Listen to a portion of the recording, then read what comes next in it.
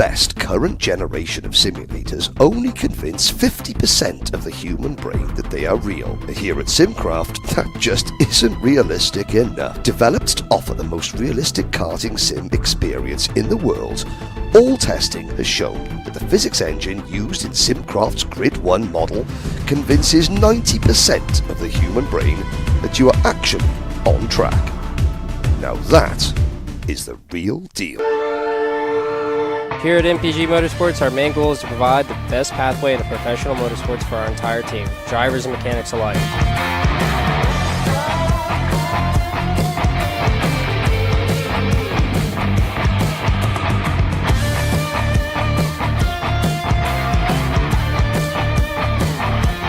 We're based out of Whiteland Raceway Park in Indiana. For more information, contact us at chase@mpg-motorsports.com. Winning is everything, but it is not the only thing. 384 champions, a rainbow of colour, hope and pride. It changed my whole life, and there's no other event in the world like it. I love it. It's part of my life. Bahrain unfolds before them, a floodlit ocean of sand under an ink-black sky, a roller coaster of tarmac and emotion.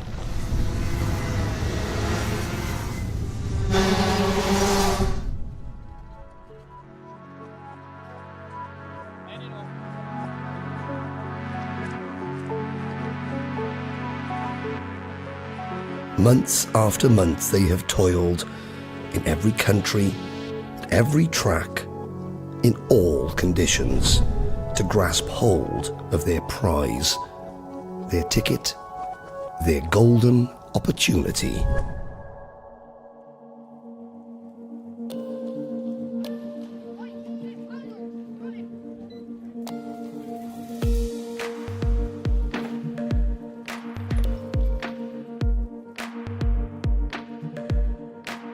Behind each contender, the love, the drive, the joy and heartache is shared equally.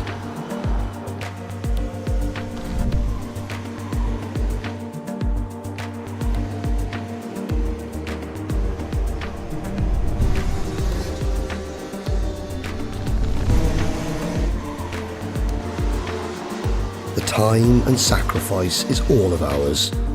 Each moment, each race is felt from afar, from the pits, the stands, the grid.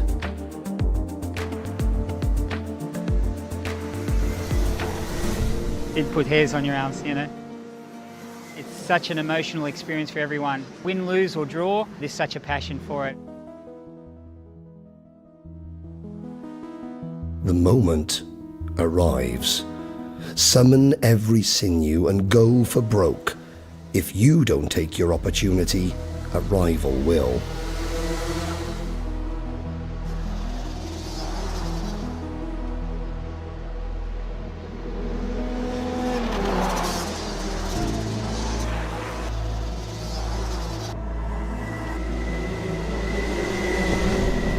Glory, triumph, victory or defeat, all flash by like a feather blowing on the hot breeze. With every grand final, a champion is crowned, standing tall on the shoulders of us all.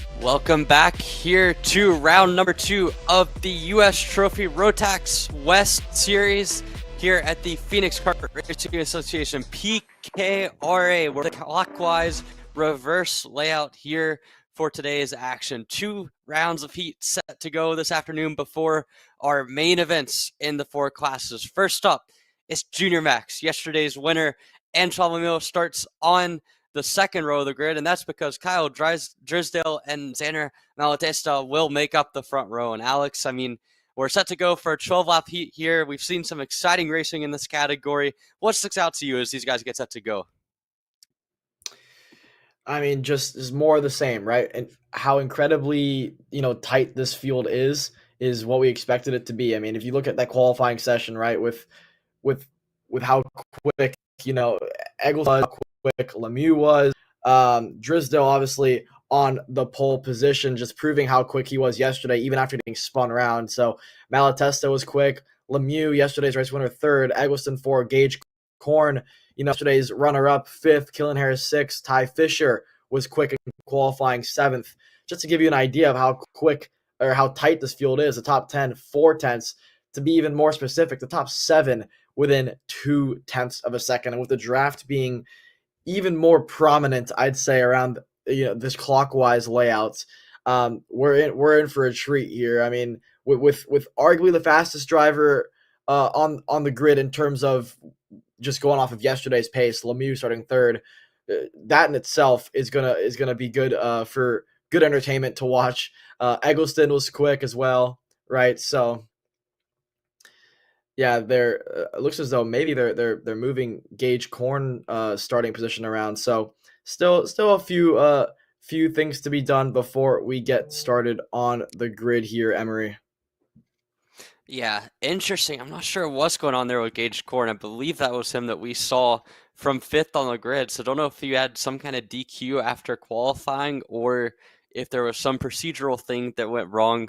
on the grid. But regardless for him, I mean, if he has to start in the back, that's a big difference here. Even though there's more passing opportunities, it is not easy to pass a field full of junior max kids that are as competitive as these ones are. So again, Gage Corn looked like he was going to be in good shape on this layout. He was second yesterday in the final on the other layout, but so far not how we wanted to start the day, with a fifth in qualifying, and then by the looks of it, having to start in the back of the grid here. Yeah, If he we'll needs have to to go. see when they yeah, we'll have to see when they actually get out there on track, where they actually have Gage Corn slotted in. Right now, we're hopefully gonna get the one to go very soon, so we can get these drivers out on track and get racing here for the first of 2 heat races here. The way the heat races work, for those of you tuning in today that didn't watch yesterday, it's the average. So it's the best. It's your 2 finishes combined divided by 2. Your average of the 2 heat races is how you slot in for the feature race. So if a driver like Gage Corn has to start in the back, it's gonna be tough. In terms of having to drive through the field twice to go out there and get a good average. Nonetheless, though, it makes for good racing. It makes for you have to be aggressive because it's heat racing, but you have to be smart, because if you have one bad heat race, the way averages work, even if you have a good one, right? One good, one bad, it's mid, right? So mid pack is where it would put you. So you need to be consistent. You need to be smart. Because at the end of the day, the only trophies are given out to the drivers that finish well in the feature race later this afternoon. So, nonetheless, I mean, does anything stand out to you, Emery, looking at the starting lineup compared to yesterday? To me, the biggest storyline is Xander Malatesta, because we knew he was quick yesterday with how his lap time shaped up, but for one reason or another, didn't have the best of results in those heat races, drove his way to 5th in the feature. So we knew the pace was there, missed out on pole by 100th of a second. So for me, Xander Malatesta is the one that has impressed me the most this morning. Anything else that stood out to you? Yeah, I mean, Malatesta certainly had a really good run at various points yesterday, but today, I mean, being second on the front row in what was a very tight qualifying, like could have feasibly put it on pole.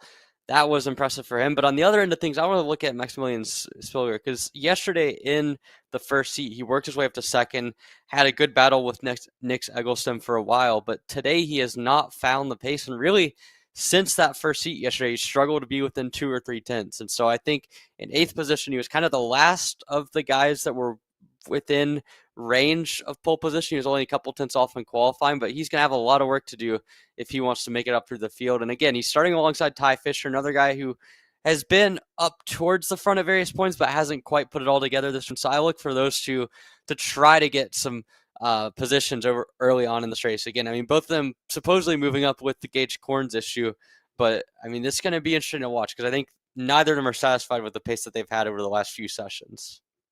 Yeah, I still think Gage Corn is starting 5th. I'm looking at that grid right there, and I that's Gage Corn, I believe, sitting there in 5th. So that I think he's fine. And I think this grid is shaping up to be a good one here. Hopefully, I believe we're about to get set to get these karts out there on the racetrack. Other drivers to mention, right? Mason Duchesne, he was quick yesterday. He's 11th. Mason Kuhn, 10th. Kaylee Countryman had an up and down day, right? She was up to 3rd at one point in certain heat races. Even in that feature race, she was up in the top 5. She's 9th, only 3 tenths off the lead. So it's going to be a matter of who can keep their nose clean, right? Kyle Drisdale yesterday wasn't able to do that. In the feature race, got pushed off. In one of the heat races, he was pushed off. So for him, he's looking for a much better day. And for a lot of these drivers, they're just looking to keep it clean. They know there's still a long day of racing to come, right? As the drivers get on the racetrack now, there's Malatesta, there's Drisdale, there's Lemieux, Eggleston's behind, and then Gage Corn is going to roll off in that 5th position there. So all good for Gage. And we're going to get ready for the out lap and then the first lap of heat racing this afternoon.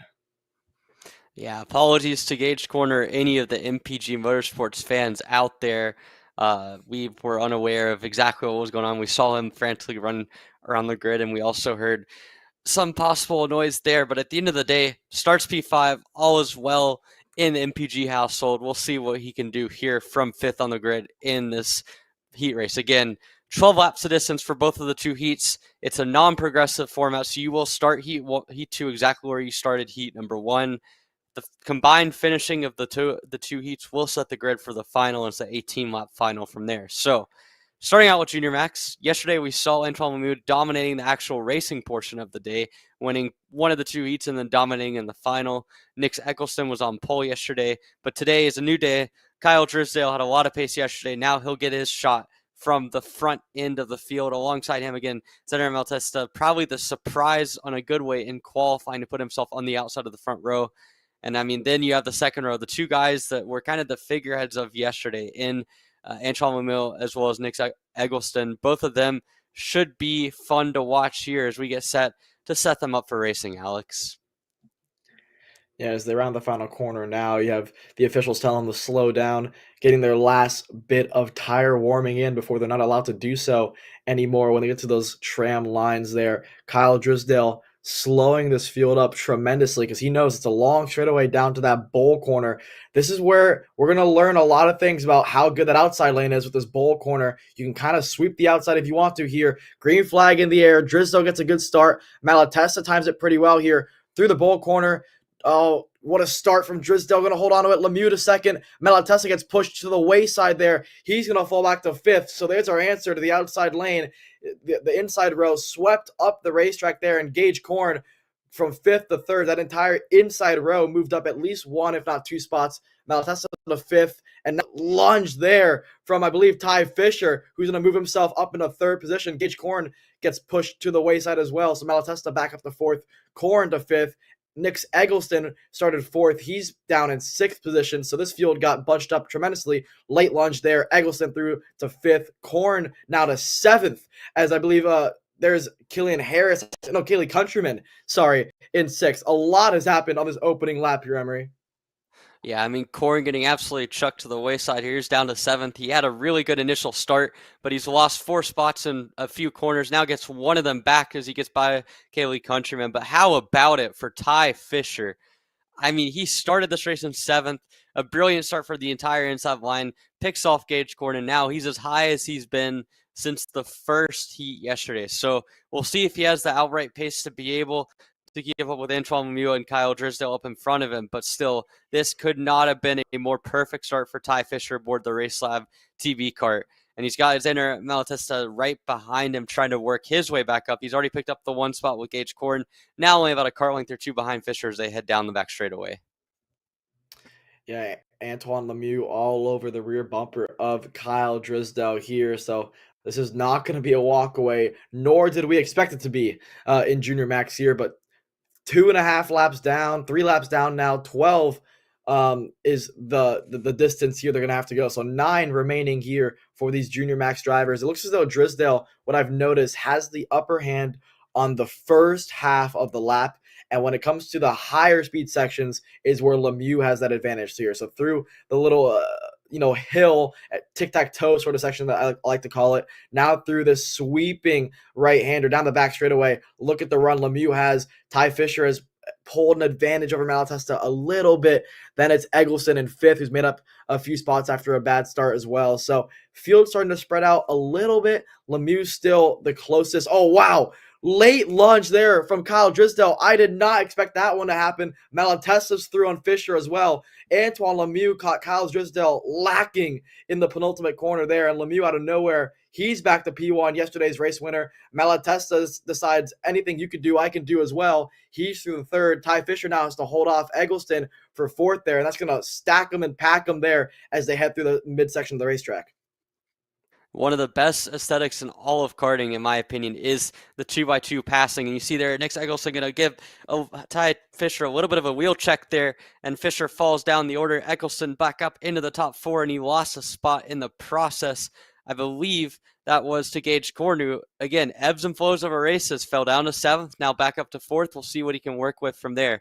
But this last lap, if the first couple laps were tame by any standards, it has picked up in a hurry. Now, Antoine Lemieux tries to set sail with Kyle Drysdale right in tow in second.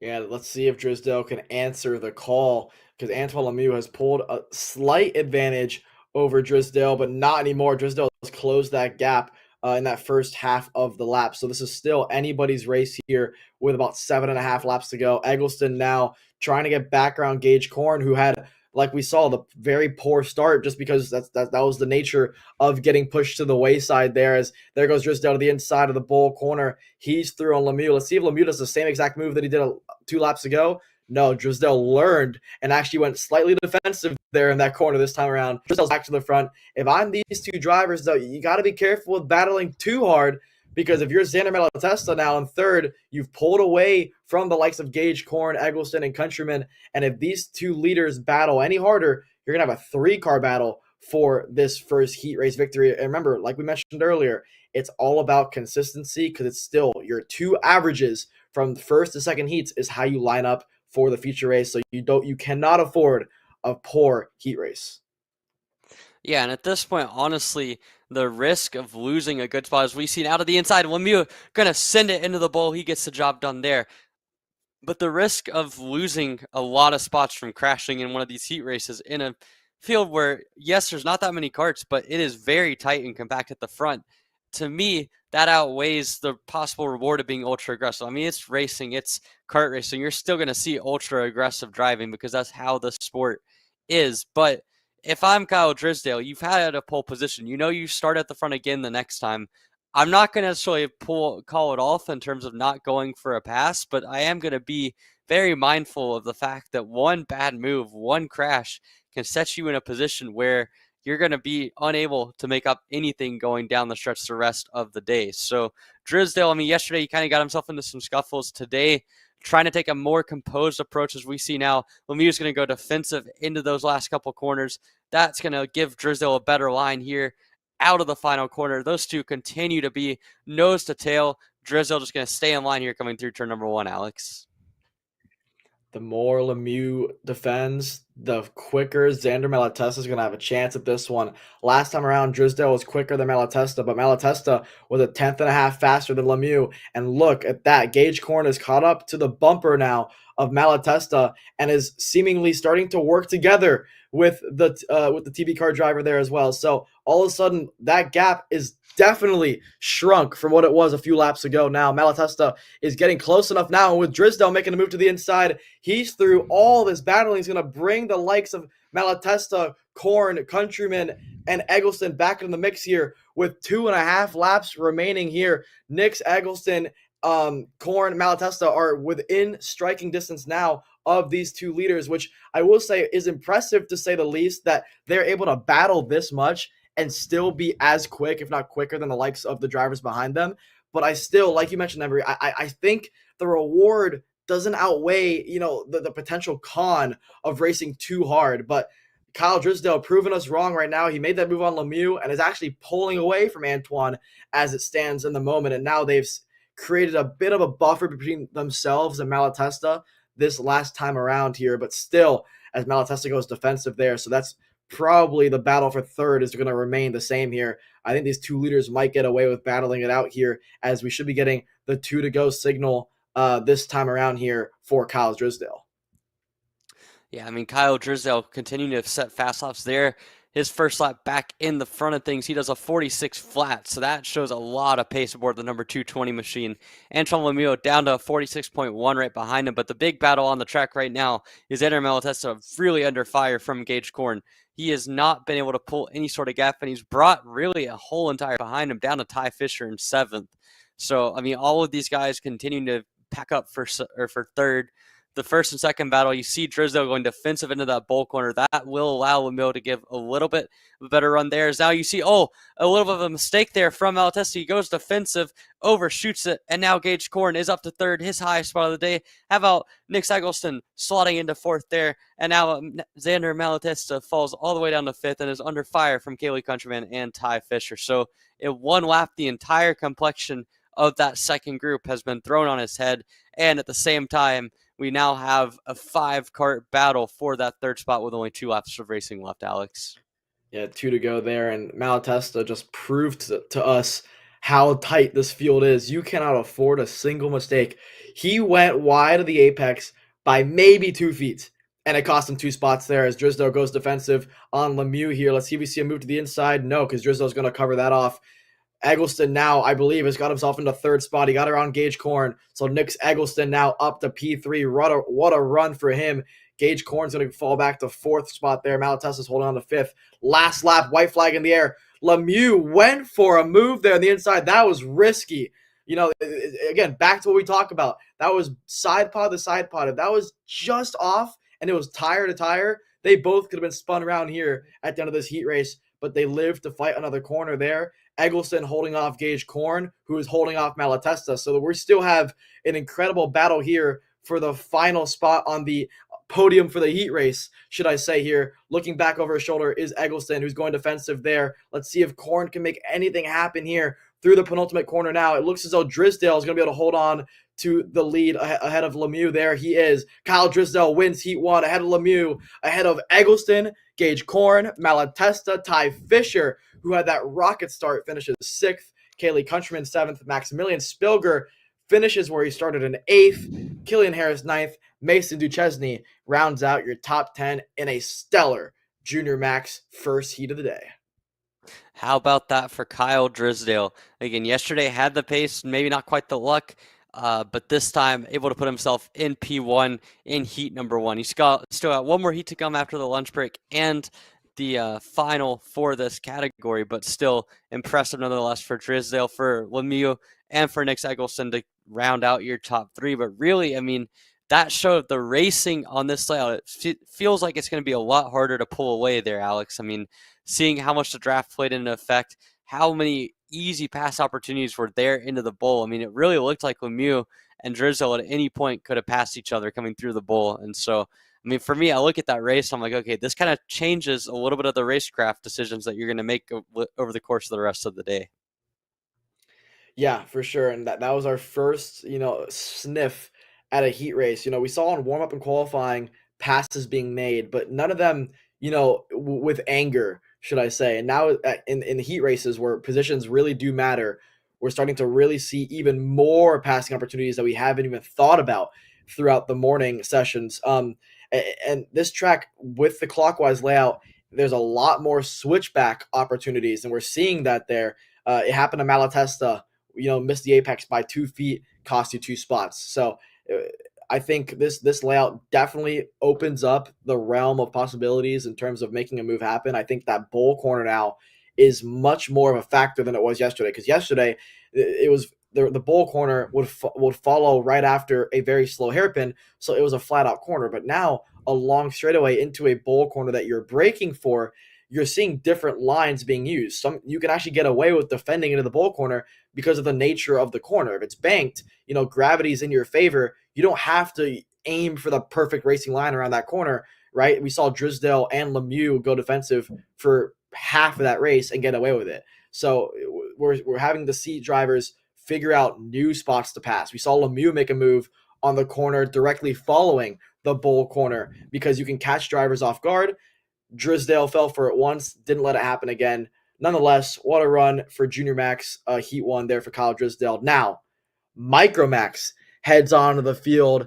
Cam Becker and Lucas Tarango, I mean, the stars of this Micromax class, putting on a show, even in qualifying, just watching them go back and forth, trading purple laps was fun to watch. And again, if you didn't watch yesterday's feature race, go back and watch it after today because that was unbelievable.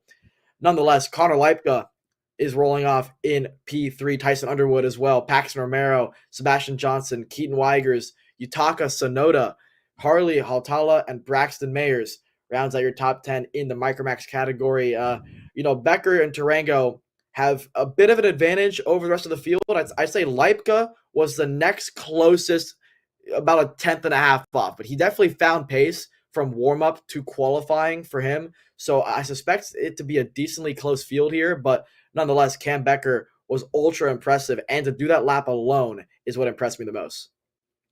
Yeah, absolutely. I mean, Tarango also did his lap while he was leading Connor Leipka, but to have a full 10th in the bag, after what we saw Becker go through in warm-up where he crashed out on the out lap, really, and then only got 2 laps in, for him to put it on pole by over a 10th with no reference is super impressive. But hey, Connor Leipka, Tyson Underwood, they were both close, a lot closer in qualifying than they were at points yesterday. So there's a chance that this ends up being more than a 2-kart race. I think you can't count anyone out here. But again, this this class put on a show yesterday. Some of the best racing we saw all day long, and now it's Cam Becker and Lucas Tarango getting set to go for some more. And again, we'll see how they play this with more overtaking opportunities, more potential passing zones. But certainly, if it's anything close to yesterday in the 2 heats in the final, we're set for a showdown here for both of your guys on the front row and the rest of the micro category as well, who have been so good this weekend at producing some outstanding races. We get set to go down the tram lines. Again, different start zone this time. You're still going down the back straightaway, but instead of going into a hairpin, you're going into a bull corner. We'll see how that affects them. Going green, ready, and we got the flag. Green flag in the air. There goes Cam Becker to the race lead. Tarango's going to fall down to third, maybe fourth. He hangs on here, but it's Connor Leifka into second and Lucas Tarango down to third, but Cam Becker into your race lead coming through onto the main straightaway as Tarango takes no extra time to get by Connor Leifka and puts himself right back onto the bumper of Cam Becker, Alex. Wow, what a crossover there for Lucas Tarango. I mean, set up Connor Leipka perfectly there and already has a run on Cam Becker. It seems as like there as the opening lap is getting underway, and look at the difference in pace. Lucas Tarango has left Connor Leipka and is all over the bumper of Cam Becker. I mean, it goes to show you how quick these two up front are. But Connor Leipka right there in the mix, like we mentioned, he was the next closest guy in qualifying, still needed about a tenth or so to be, at the pace of those two up front who dominated yesterday's heats and feature races. But so far, so good for the top two. The field isn't as spread out as it was maybe yesterday, but obviously it's still one lap in the books out of 10 here for this first heat race. Becker with a different line through those first couple corners compared to Tarango.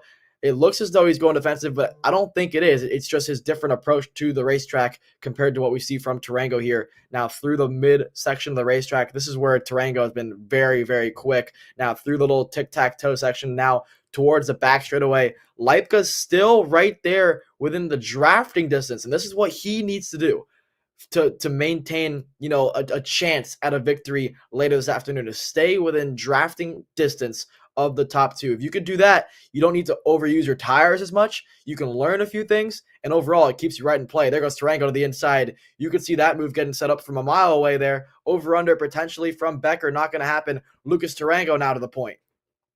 Yeah, Tarango wasted no time there. Realized that Leifka was sticking with him. How about that for Connor Leifka? Go purple in the process of 49.6. He's visually right there behind these two guys. This is the closest we've seen anyone come to unseating Lucas Tarango or Cam Becker. And how about Tarango? I mean, he is so good through that quick change of direction stuff. We'll see how long it takes Becker to really get into the flow of things. Earlier in qualifying, it took him a couple laps to really get going. So maybe that's the same thing here. But regardless, I mean, Tarango is on a mission to start this race. He's grabbed the lead, and now we'll see what he can do with it as a round coming into the bowl and try to complete lap number 3. Is there you can see the top 3. Again, Tarango makes a little bit of a mistake there through the bowl. That's going to open the door for Cam Becker. Connor Leipka right there in tow as well. We'll see what they do this next time around. All 3 of them within 3/100ths of a second, and we've got a dogfight in our hands between the top 3.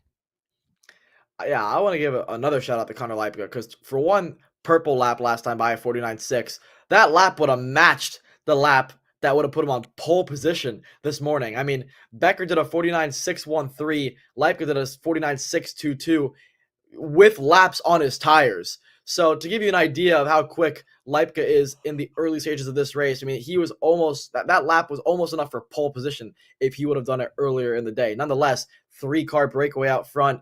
It looks as though still Becker and Tarango, when they actually get their head down and are consistent, seem to have a slight advantage over Leipka. But Leipka, through those last couple of corners, is able to keep the cart underneath him.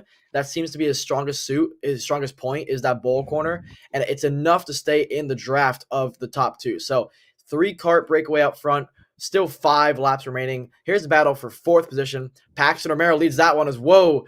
Keaton Weigers goes very wide. That's going to leave the door open for Tyson Underwood, and that door gets slammed in his face. So Underwood's going to have to reset and regroup to try to make a move there on Weigers, who his cart is all over the place right now as it stands. That's going to give Romero a bit of breathing room there in fourth. Back up front, though, it's still Tarango leads over Becker, who set a personal best last time by at a 49.8. Oh, I thought we were going to see a move there. Tarango, he seems to go wide out of the bowl corner every single lap, and I wonder if it's strategic because it almost makes you think that he's going defensive, but he's not. So it makes a pass on him in the bowl corner difficult and the one after difficult as well. So Tarango making that Micro Max go-kart 8 meters wide, seemingly ahead of Becker and Leipka.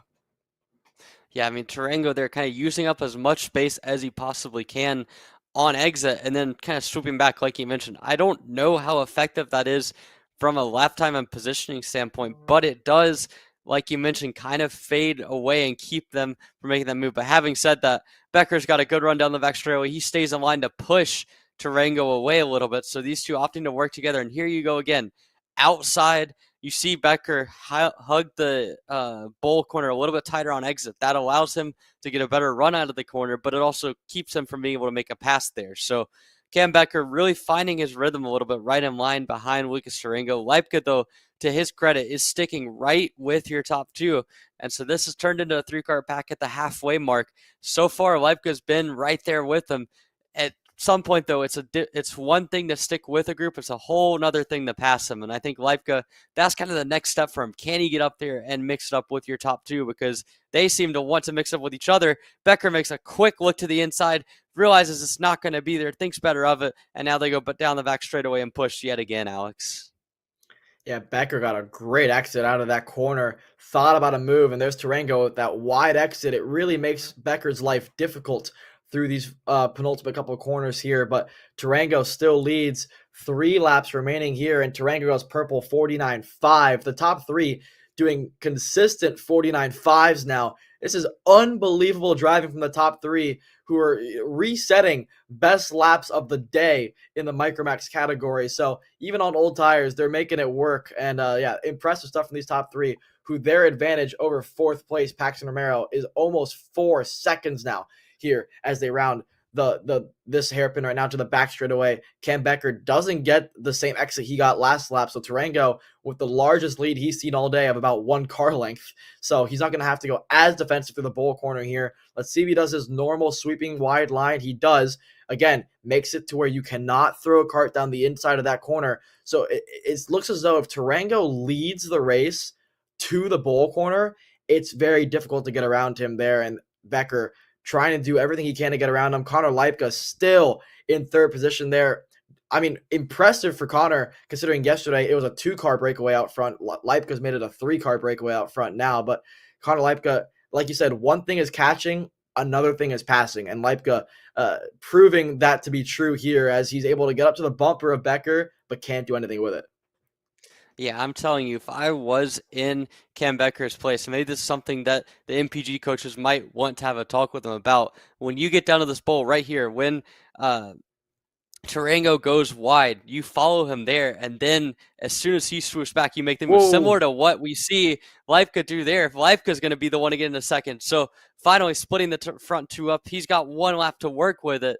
But like I mentioned, you've got to kind of wait for that moment, wait for the door to open up, because once he swings back, yes, it's late, but that door does open. I think Tarango's having to scrum much speed to get back to the outside line for that corner, that opens that door and it opens the speed differential enough that you could make that stick in theory. Something to watch for. I think Becker kind of got caught off guard there by Leipka being ready to go for that move, but nonetheless, we'll get one more shot at it down the back straightaway. I don't know if Leipka's close enough. You can see Tarango not going to go defensive. You can see Leipka goes defensive there. I don't think there's any real threat from behind for either of those two. They both wash out wide, and it looks like Lucas Tarango is going to walk away here through the final couple corners into the last corner. It's going to be a walk-off win in the heat race for Lucas Tarango.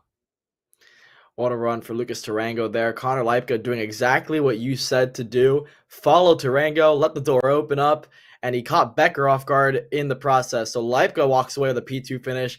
Becker 3rd. I almost wonder if that pays off better for Becker to finish 3rd, because when the averages are all said and done, I still think you want to start 1st or 3rd, not 2nd. So as it stands, Connor Leipka with the better heat race finish than Becker, but Becker might have the better starting spot later on in the afternoon. Underwood 4th, Keaton Weiger's 5th. Paxton Romero gets past there at the end to finish in 6th. Yutaka Tsunoda 7th. Sebastian Johnson 8th. Harley Haltala 9th. And Braxton Mayers rounds out your top 10 here in the Micro Max category. Emery, what a race. And I think this is shaping out to be maybe even a better race than we saw yesterday, because yesterday 2 karts is all it took to make a good one. Now we have 3 that are in the mix in this Micromax category. So I think this is another instant classic here. The 7 to 10-year-olds are putting on for us, and I'm excited. Nonetheless, though, you see on the top right of your screen, Senior and Master Max is getting ready for their first heat race of the day. That being said, let's get a quick word from our sponsors.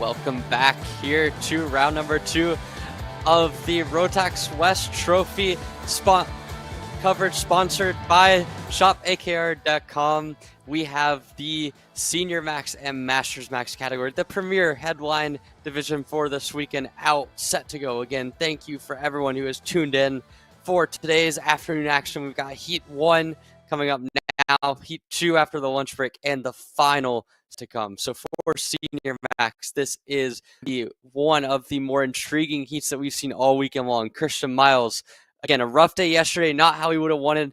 He starts on pole position this time with Oliver Bedard on the front row with him. Yesterday's winner, Frederick Lemieux, looking to come off of one of her best results ever with a win yesterday. She'll start on the inside of row number 2 alongside Griffin Dower, the first lap bandit from this weekend. Cooper O'Clair and Bailey Murphy on row number 3. Spencer Smith and Josh Campbell on row 4. And watch out for Giovanni Santora and Landon Billy coming on to row number 5 as we get set to go down the tram lines, Alex, and get set for what should be a thrilling Senior Max heat number 1. Yeah, Christian Miles leading them to the green here next to Oliver Bedard. This is the first time they're going to see this layout this way for a heat racing action. Bedard's going to try to hold the outside there. Not going to happen. We've seen it all day long so far. The driver in second tries to make it work and usually gets pushed to the wayside. It happened again there. So Frederick Lemieux, she's up in the second.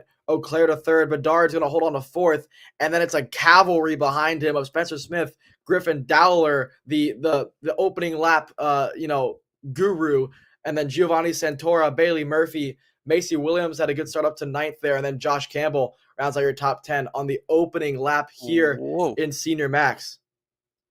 Yeah, that was a little bit sketchy there, but we end up with a 3-kart breakaway at the front of the field and then a giant gaggle of go-karts. We're talking all the way down to probably about 15th or 20th in a line. As there you see Griffin Dowler down the inside. That's on Giovanni Santora for that 6th spot there.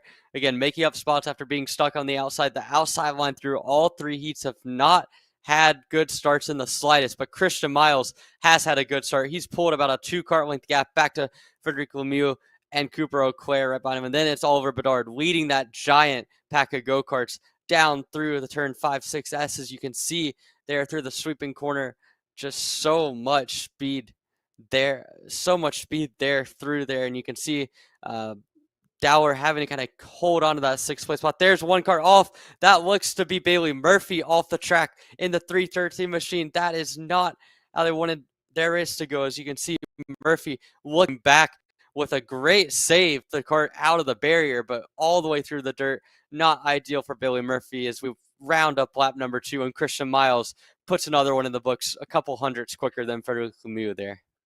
That save from Bailey Murphy was as frustrating as it was for that driver. A very aesthetic save, with the sun in the background, dust in the air. It looked kind of like that scene from Cars, turn right to go left. So yeah, Bailey Murphy, not what they would have wanted to happen, but nonetheless, great save. They're still in this one. Out front, Christian Miles extends his advantage over Frederic Lemieux, over Auclair, over Oliver Bedard, who now leads Griffin Dowler, who maybe has figured out his opening lap woes, or mid-race woes, because he was in 6th last time around. Now he's 5th, all over the bumper of Oliver Bedard. So the red speed there, as he went purple for a brief moment, does Griffin Dowler. So Dowler seemingly pretty quick around this place. Auclair gets around Lemieux and pulls away as well. So Auclair now up to P2. Still, Christian Miles seems to have a little bit of an advantage over the rest of the field, but it is much tighter than what we saw yesterday. And obviously for Lemieux, the first time she hasn't seen clear daylight all week. It's going to be interesting to see how she's able to handle this sort of adversity now, rather than being used to being out front. Yeah, and I mean, we're seeing now Christian Miles has been very controlling at the front of the race, and Cooper Auclair, like you mentioned, getting by her. This is a new sort of challenge for her. We've seen her run at the front of the field all weekend long, but now she's got Cooper Auclair to deal with. And how about behind them, Oliver Bedard and Griffin Dowler? Once they've gotten going, they're running pretty good pace back here in that 4th and 5th spot. They've been able to separate from the rest of that kind of front-ish mid-pack group. And so I think that their pace is kind of shunning through there. And if anything, they're as close to Lemieux back in that 3rd spot as they are to Giovanni Santora behind them in 6th. And they're pushing it, working well.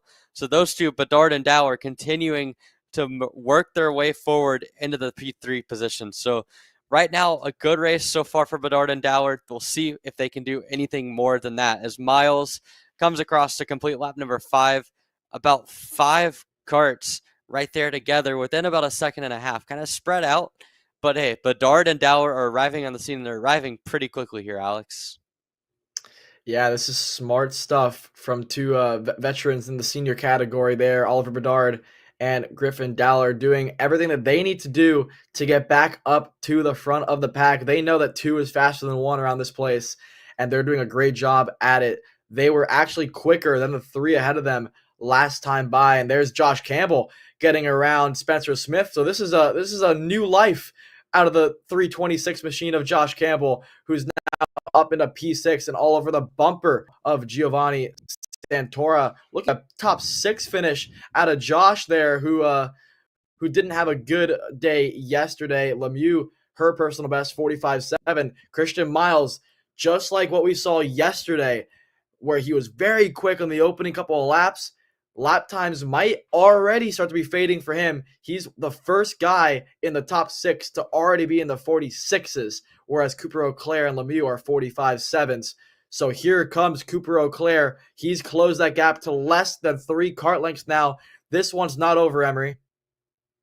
Yeah, absolutely not. Miles struggling on tire wear. We saw it a bit yesterday. I wasn't sure if it was just kind of one of those things where he was having to work through the field and maybe that played a part in it, or if it was just a weakness of his setup currently. But Christian Miles has to find some pace. There he goes back into the 45s, a 45.91. That's not too bad, but Cooper Auclair is coming, and he is going to be there pretty quickly as we have one car well off in the barriers in the sand there. You can see, not sure the number on that one, but I mean, definitely not ideal in the slightest. As Christian Miles, we'll see them come around there. You see a good shot of your leaders coming through, but that kart looks to be one of the J3 comp karts off the track, unhappy, and yet now you see back to the battle at the front of the field. Christian Miles under fire. Cooper Auclair thought about it into the bowl. He's going to go again. He's going to think about it again, and he's not going to make it. We'll see if he's a little bit more patient now, but Cooper Auclair, I mean, I would have gone for that. I would say he looks like he had the move there.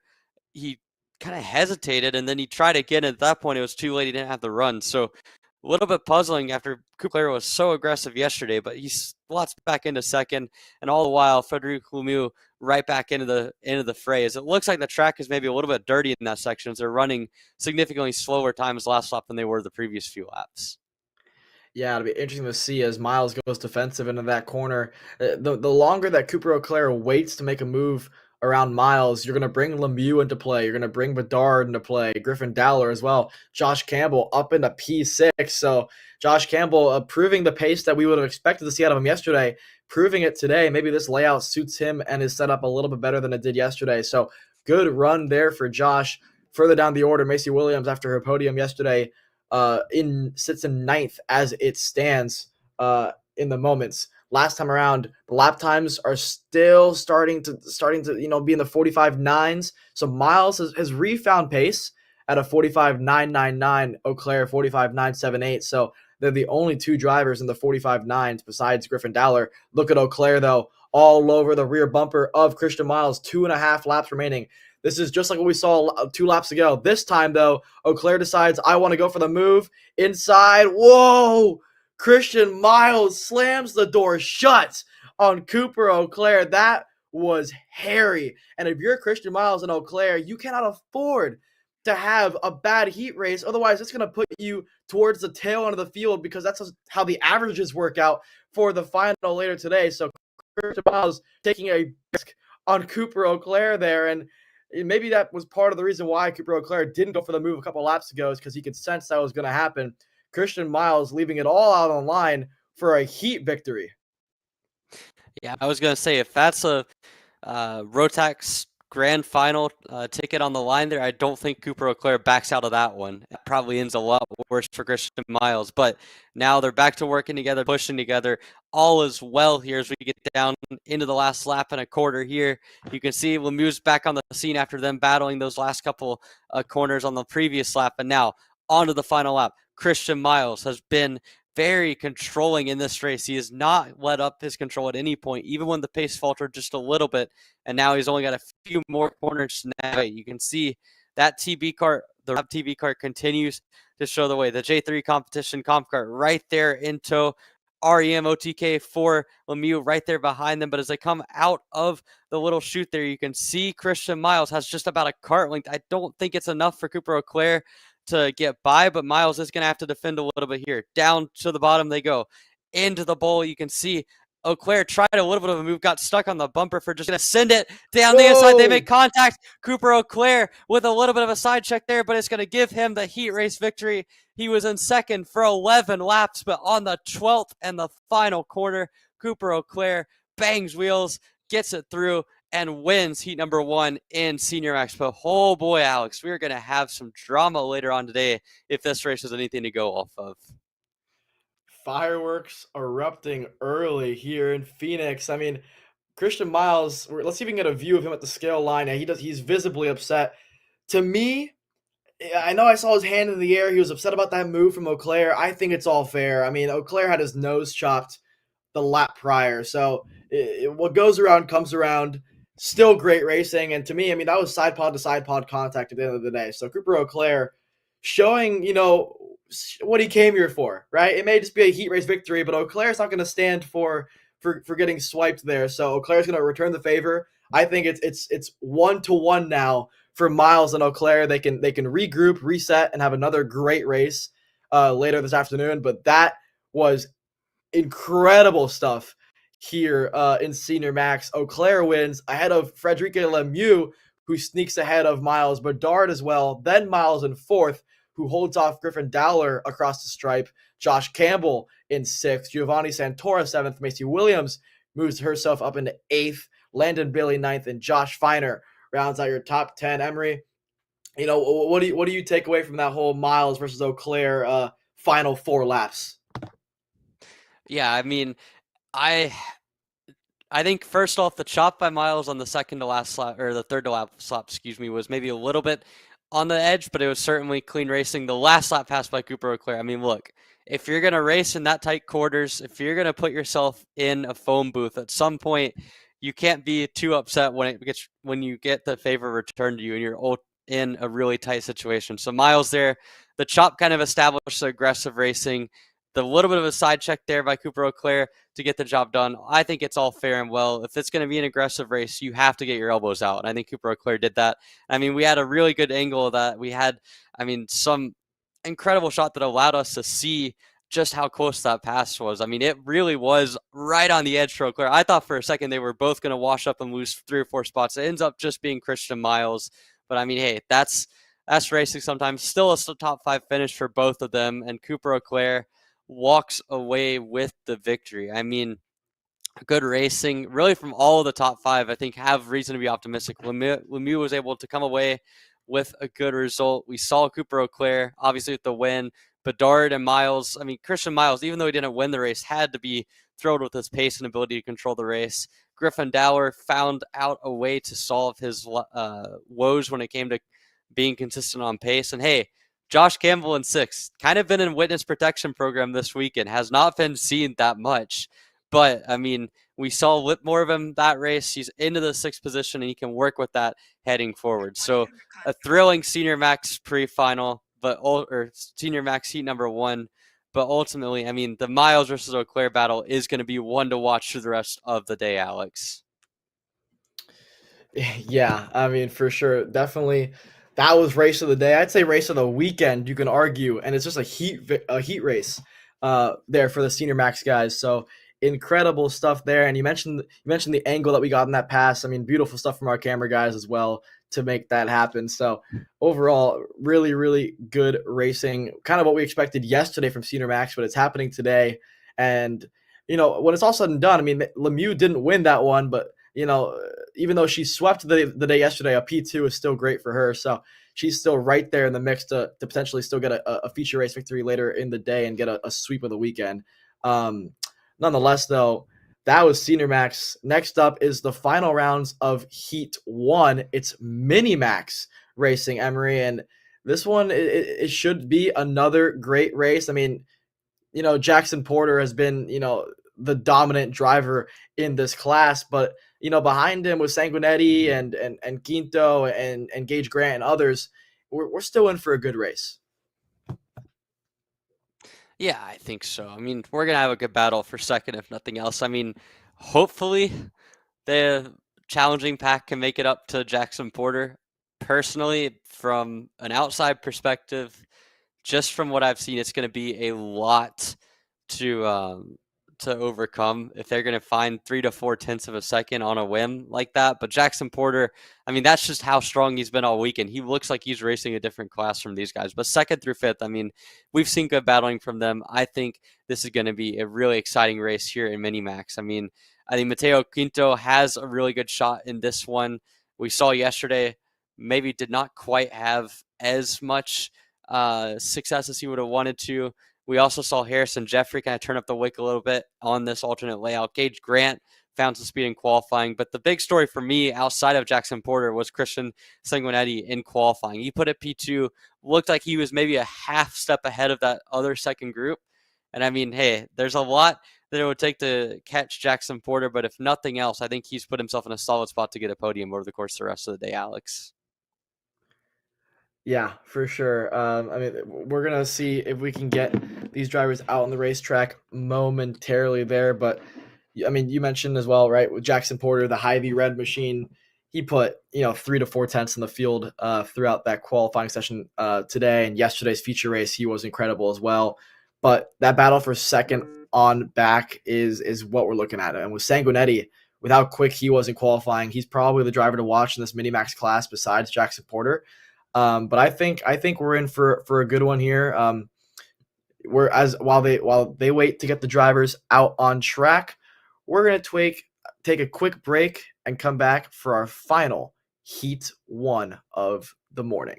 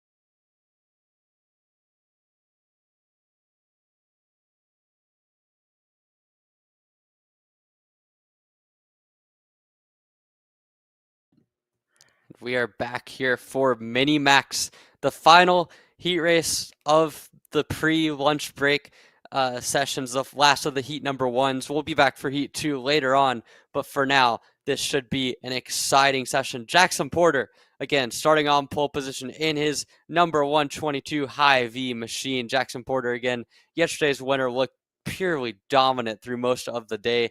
He starts on pole position, again, a different layout. Then it's Christian Sanguinetti in row or on the outside of the front row with him. Again, a lot of quick karts in this one beyond the front row as well. Going back down the rest of the grid, again, you got Mateo Quinto on the second row. Alongside him will be Gage Grant to his inside. On the third row, Harrison Jeffrey and Vasper Majeska and Nico Skillian. Have not seen him today. Might be a scratch for this race, but certainly 6 karts out on the track, ready to go for their heat race, Alex.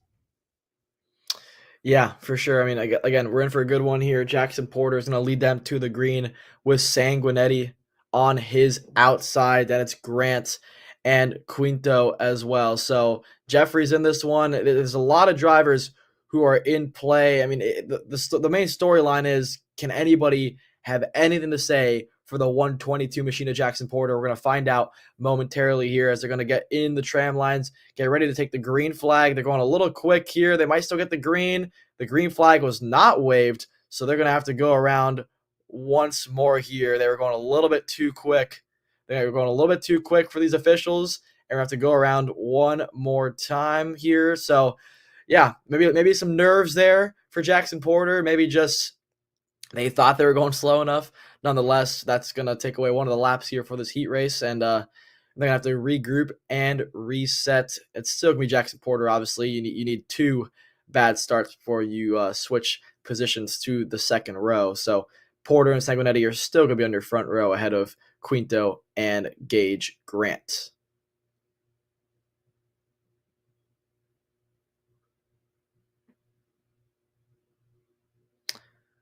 All right, as we round the final couple of corners, let's see if they can get it sorted this time around. They're going much slower than they were last lap, so I think this lap we should be getting the green flag.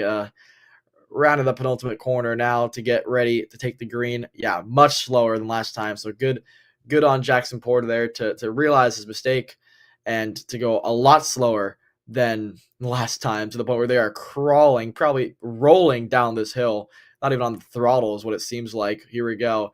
In the tram lines, Porter versus Sanguinetti, Grant versus Quinto. Inside lane seems to be the one to be on. Green flag's out. They move early out of the tram lines. That's all good because the green flag was out. Porter leads over Gage Grant, who's in second over Quinto. Bad start for Sanguinetti, who just couldn't find a way to the inside lane. Had to let Grant and Quinto through. So what a start for Gage Grant. They're side by side early. I thought Quinto was going to go for a move there. Nothing to it. Jackson Porter leads over Gage Grant, who maybe wasn't as quick through warm-up and qualifying as we would have expected. But nonetheless, come race time, he's already back up to P2 where we expect him to be. Yeah, Gage Grant finding ways to get up to the front of the field. A great start for him there. Quinto slots into third. Then you've got Sanguinetti as well as Harrison Jeffrey. Those have been the four guys that are really in that contention for second. Although having said that, Jackson Porter not quite stretching his legs quite yet. See Gage Grant still in tow, and it has to be said that the entire day so far, Jackson Porter's gone out himself. He has not had anyone that has been able to follow him. So as such, this potential opening few laps gives these guys a chance to possibly learn something from Porter. I don't necessarily expect them to hang with him for the whole race per se, but if Gage Grant and Mateo Quinto and company can stay in his tow and learn a couple things about his line, it could pay dividends either in this race or going forward. Yeah, but already look at Jackson Porter through the infield section of the racetrack is where he seems to just shine, already stretching his advantage to about 5 to 6 car lengths over Gage Grant down the back straightaway. If he can get help from Quinto, these two could work together and maybe try to stick with the pace of Jackson Porter down the straightaway. You can see the draft and play there, but Quinto says, "Get out of my way. I'm coming through to second." Moves Grant up the racetrack. Mateo Quinto's now into second. Gage Grant to third. Here comes Sanguinetti. He's bringing Jeffrey into the mix. Lap time wise, last time around, Porter 1/10 quicker than Mateo Quinto, but Quinto has left Gage Grant in the dust. So Mateo Quinto right now seems to be the only guy that has anything to say about Jackson Porter's pace, and he's matching his lap times as it stands. Yeah, I mean, first of all, apologies for the mispronunciation. We understand it was Mateo Quinto, not Mateo Quinto. But I have to say, regardless of what the pronunciation is, I think calling him the Intimidator after that one might be the better move, because he just hit him with a good old bump and run there on Gage Grant. And I mean, hey, it worked out. He's proven it the last half a lap to get away from that third through fifth pack. So Quinto felt like he had the pace, did not want to wait behind Grant for too much longer, and he's proven it with about a 4 kart length gap now. Having said that, though, Jackson Porter continues to just set a blistering pace up at the front of the field. And as much as Quinto looks like he shot out of a cannon for that half a lap, it seems like he's coming back to earth a little bit here, Alex. Yeah, last time around was actually the slowest of the top 5 was Quinto there. So I don't know if he made a mistake or just overcooked his tires in the first couple of laps there, because a 49.4 is 8/10 off what Porter did last time around. Gage Grant with a personal best at a 49.1. He now has the help of Christian Sanguinetti behind him. Look at the run they have on that back straightaway. Inside, he's through. Gage Grant back on Mateo Quinto. Didn't have to return the favor because it was such an easy move for Gage Grant to the inside.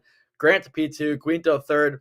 And just like yesterday, this is deja vu for Sanguinetti, who has the pace to make something happen, but once he gets to that 4th place spot, seems to just stall out. Let's see, for his sake, hopefully he can make a few moves happen, because he has the pace to be on the podium for sure. So nonetheless, just like yesterday, kind of what we expected to see, right? The 2nd through 5th battle for this podium positions is the race here at Minimax, because Jackson Porter he's in San Diego right now.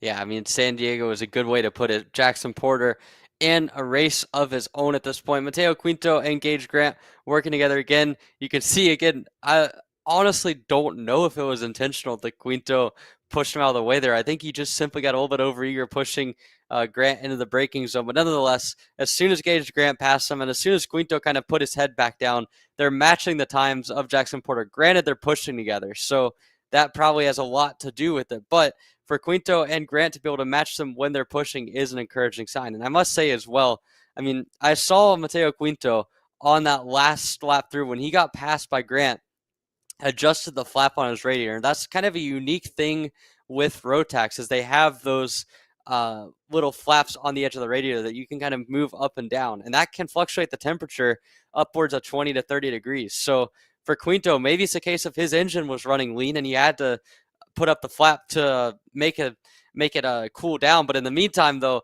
he's making another guy move out of the way a little bit. He makes Gage Grant go for the 2nd time. And I don't know.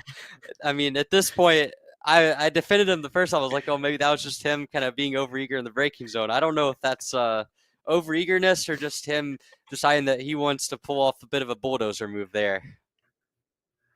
Yeah, I mean, Emery, you would know this, right? Brakes only slow you down, so why use them? I mean, come on now. So Mateo Quinto That's twice now where he's had a little bit of assistance there to get around Gage Grant. But like you mentioned, I really do think, to give Quinto credit, I think his approach to the bull corner is different than Grant's. I think Grant's slows this bull corner down more than Quito does, and I think it catches him off guard. Nonetheless, though, it's fun to watch them go back at it there. But to me, if I'm Mateo Quinto, right, and I'm looking at my Micron, that every time he's behind Gage Grant, he's personal best 48.7, 48.8. When he gets around Grant, he's back into the 49.2, 49.3 range. So for me, if I'm Mateo Quinto, maybe because you're behind Gage Grant and you have the draft, you feel like you're quicker than him. But every time he gets around Grant, he stalls out. And we're seeing it again. He gets around Gage Grant. Grant now regroups. He's tapping the helmet, clearly a little bit frustrated that he's been moved twice now in one race. But it wouldn't shock me here with 2 to go if Grant gets back up to Quinto. But here goes Sanguinetti. Can't make the move stick there. Christian Sanguinetti thought about making a move on Gage Grant. Not going to happen. But Grant all over the bumper of Mateo Quinto, who, like I mentioned, really isn't that much faster than Gage Grant once he gets around him. Yeah, I mean, first off, for Sanguinetti, you probably should have gone with the Gage Grant method or the Mateo Quinto method of passing Gage Grant if he wanted to make that one stick. Just a little bit too far back to stick it in there. So unfortunate for him, but they've all caught back up to Mateo Quinto, who, like you mentioned, just cannot seem to get in a rhythm when he's up in front of these guys. And I'm not sure. I think it's more of a mental thing than anything, because when he's behind, he looks like a rocket. He looks like the second quickest card on the track. But as soon as he gets in front, it's hard to lead. And I have to say, that's one of the things about a different layout from day to day. It can be hard to lead a pack like this. And so I can understand where the issues come. Now Gage Grant gets to his bumper, and we'll see. There might be a little bit of favors being returned here over the last lap in a bit, Alex. Wow. Jackson Porter, uh, 48.4 goes purple on lap 9. I mean, what are we doing there, Jackson? That's unbelievable to have that much left in the tank on lap 9 to do a 48.4 to be 7/10 clear of the next fastest guy lap time wise. So unbelievable stuff from the Hy-Vee machine there. Looking back at this battle though, with the white flag in the air, half a lap to go, Grant behind Quinto. Are there favors being returned, or does Grant do it respectfully? Here we go. Down the back straightaway. Peeks out. Quinto to the bottom of the racetrack there. Grant goes lower than him. Grant's through on Mateo Quinto. Here's a look at the Hy-Vee machine of Jackson Porter. Around in the final corner now. He's going to cross the stripe to win the first heat race. Looking back at this battle for second and third. Who's going to get it? It's Grant over Quinto. Then it's Sanguinetti, Jeffrey, and Vesper Majewska rounding out your top 6 here in Minimax. What a run there for Gage Grant, who's able to get back around Mateo Quinto after getting moved twice in the same corner. Yeah, I mean, I want to see a scale line shot of this to see what Gage Grant and Mateo Quinto are doing here, because that was quite the battle between the two of them. I mean, hats off to both of them. They made it through. Quinto was able to make a little bit of a couple questionable passes there, but it's racing. He was able to slot himself in the top 3. Gage Grant overcame the bump and runs to get himself back into second, but that's not even talking about, for me, the biggest story here is Jackson Porter just absolutely obliterating the field. I mean, a 48.5 to cross the line. The lap before was a 48.4. I mean, the tire conservation has been an issue for a lot of guys on this track, but Jackson Porter is just immune to all of that, it seems. He's just out there running his own race, putting laps on the board, and absolutely dominating the opposition, Alex. Yeah, Porter blitzed the field in that one for sure. Shades of what we saw yesterday in that feature race. So Jackson Porter, still the guy that they are all chasing, but Gage Grant with a stellar run to finish second ahead of Quinto, Sanguinetti, Jeffrey, Majewska, and Gillen there. That's going to be your first round of heat races done. We're now going to send it on to the lunch break. Tune in from an hour from now to go back for our second round of heat races. Don't go anywhere.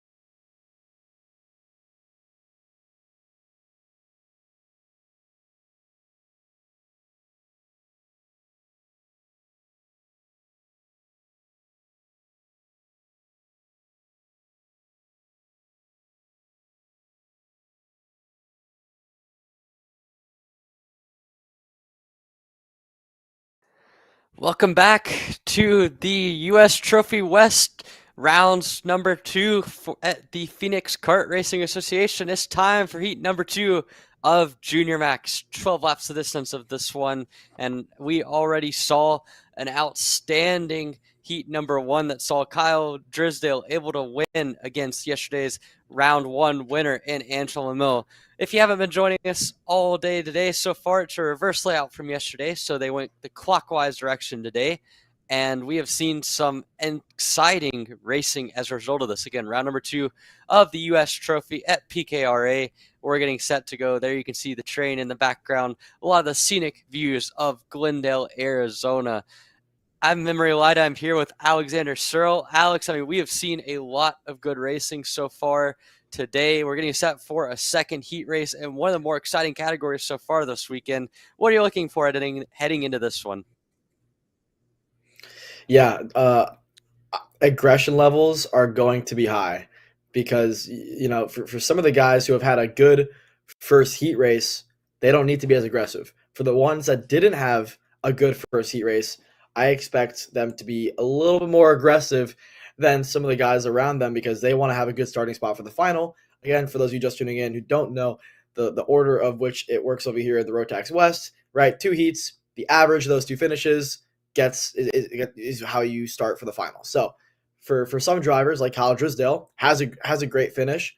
You don't need to go out there and be as aggressive as somebody who maybe finished, outside the top 10. So I expect aggression levels to be high. In general, Junior Max tends to be, exciting to watch. Here we go. One driver there, the 200. That's Killian Harris. Remember Yesterday on the podium. Yeah, Killian Harris out, or at least slow, on the opening formation there. And I don't know if he's rejoined. He has rejoined, but he's lost a heap of time.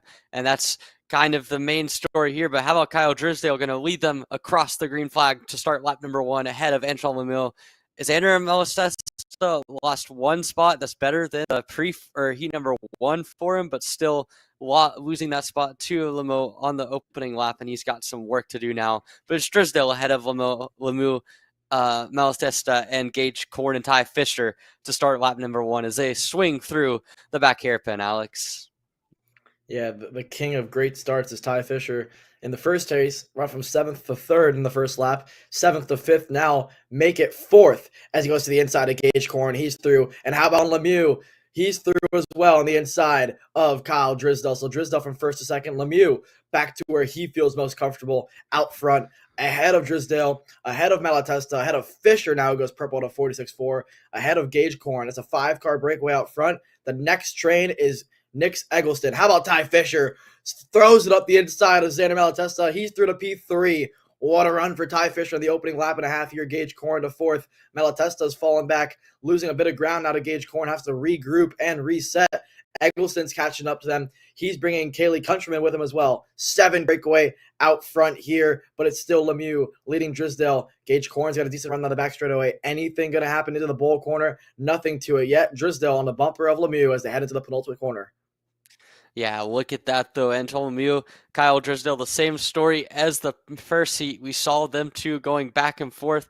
How about Ty Fisher, though? He was able to get to 3rd in the first heat, couldn't hang on. We'll see what he can do this time around. But for Fisher, I mean, this has been a season of development for him. I mean, we've seen him running up to more and more towards the front of the field. Fisher, again, working with the Race Lab boys for TV Kart. We've seen him running with a new coach this year in Martin Pierce, who's helped him out a lot on the development side of things, and we're seeing it now come to fruition. Ty Fisher bringing along Gage Korn and the MPG Motorsports machine with him. Those two are coming back towards the REM machine and the lead in Antoine Lemieux as well as Kyle Drysdale. So as we see Nix Eggleston get back up into 5th, this has been a really close field so far today, and it looks like early on in heat number 2, it's back to the same as Ty Fisher goes purple from P3. Ty Fisher on a charge here early, 4 laps into a 12-lap second heat race, and Fisher's one of those guys where, you know, he might have had like a 7th place finish in that first heat. A 3rd here puts you maybe top 5 to start that feature race, and for a driver who has had such rocket starts, this is scary for the guys around him, but he's bringing Gage Korn with him. They've left Nick Eggleston behind a little bit, but lap time wise, Eggleston was the second fastest driver on the racetrack last time around. So Eggleston's coming. He has now left Malatesta and Countryman to the wayside. It's still Lemieux leading Drysdale. Lemieux going defensive early there on Drysdale, who now has Fisher all over his bumper. They have left Gage Corn a little bit now. Fisher, a 46.202, matches the best lap he did last time around. So Ty Fisher feeling consistent and feeling quick around this place. Yeah, Ty Fisher coming alive here. I mean, this is no surprise in the slightest, but Antoine Lemieux continues to run consistent at the front. I think that's the biggest thing that's going to differentiate the contenders from the pretenders in this Junior Max category. And I think we're seeing so far Xander Malatesta as well as Nick Eggleston both struggling to be consistent, whereas these top four consistently running 46.2 to 46.3 in the first 4 laps. That's allowed them to get that little bit of breathing room. And right now we essentially have an accordion. It seems like Lemieux is able to kind of play it a little bit better through the last few corners to get that extra 2 kart lengths gap, whereas Drysdale in those point and shoot corners, like you mentioned in the previous heat, Alex, he has been rapid. And I think Ty Fisher as well, both of them, their strong suits seem to be in the quicker stuff. Yeah, for sure. But this is where Lemieux seems to shine, and it makes it difficult for drivers. You see the exit he's able to get through these corners here. And even though Drysdale may seem close here on the exit, Lemieux is able to just rocket off the corner, and it makes it so difficult to get around him here. I mean, even if with the draft, they're not able to get close enough to Antoine Lemieux to make a pass happen, it's going to have to happen in a corner like here. And I think that's why Lemieux goes so defensive entering the penultimate corners, because he knows that's the one section of the racetrack where they can make a move around him here as they cross the stripe. Drysdale, personal best of 46.356. Fisher was also quicker than Lemieux, and so is Gage Corn. So actually, the slowest of the 4 was Antoine Lemieux last time around, ironically here, with 5 laps to go. So your leader right now, maybe his tires starting to fade a little bit, but nonetheless, this is a position that we've seen Antoine Lemieux in before. We saw it yesterday. He was able to get the victory. This is as close as Drysdale's been, though, all race long. Let's see if he can do anything with it there. But once again, on the exit, Antoine Lemieux, like a rocket, gets off the corner, and it makes it so tough to get around him on these straights here. Yeah, Lemieux really working well. I think one of the things I'm noticing is Drysdale, when he's behind Lemieux, tends to turn in a little bit early to a lot of these corners, and that's compromising his exit. And I know it looks like he's taking a more narrow line, but for me, I would almost wonder if you want to kind of round that off a little bit to give yourself a better exit, because where Lemieux is killing him, like you've been mentioning, is the exit to those corners. And the more that Drysdale continues to take a more narrow approach, the more it's going to compromise him on exits. So I'd be interested to watch. We didn't really see a lot of it in the heat number 1, where it seemed like Lemieux was more evenly matched, but this time it looks like that's where Lemieux's making his bread or butter. The other thing is it seems like Ty Fisher's starting to fall off a little bit and back into the clutches of Gage Corn, who has been on his rear bumper all race, but now putting more pressure on the Race Lab TB kart, who seems to have fallen off at least a little bit to what we've seen from your top 2. And I think this is kind of similar to what we've seen from Christian Miles all weekend, where that TB kart is a rocket the first couple laps, but struggles a little bit to hang on to his tires. So we'll see if Ty Fisher can hang on to that 3rd spot ahead of Gage Corn. But right now, it seems like it's turning back into a 2-kart breakaway like we saw in the first race. Yeah, it's starting to come back to Kyle Drysdale here. I mean, he put together a purple lap at a 46.129.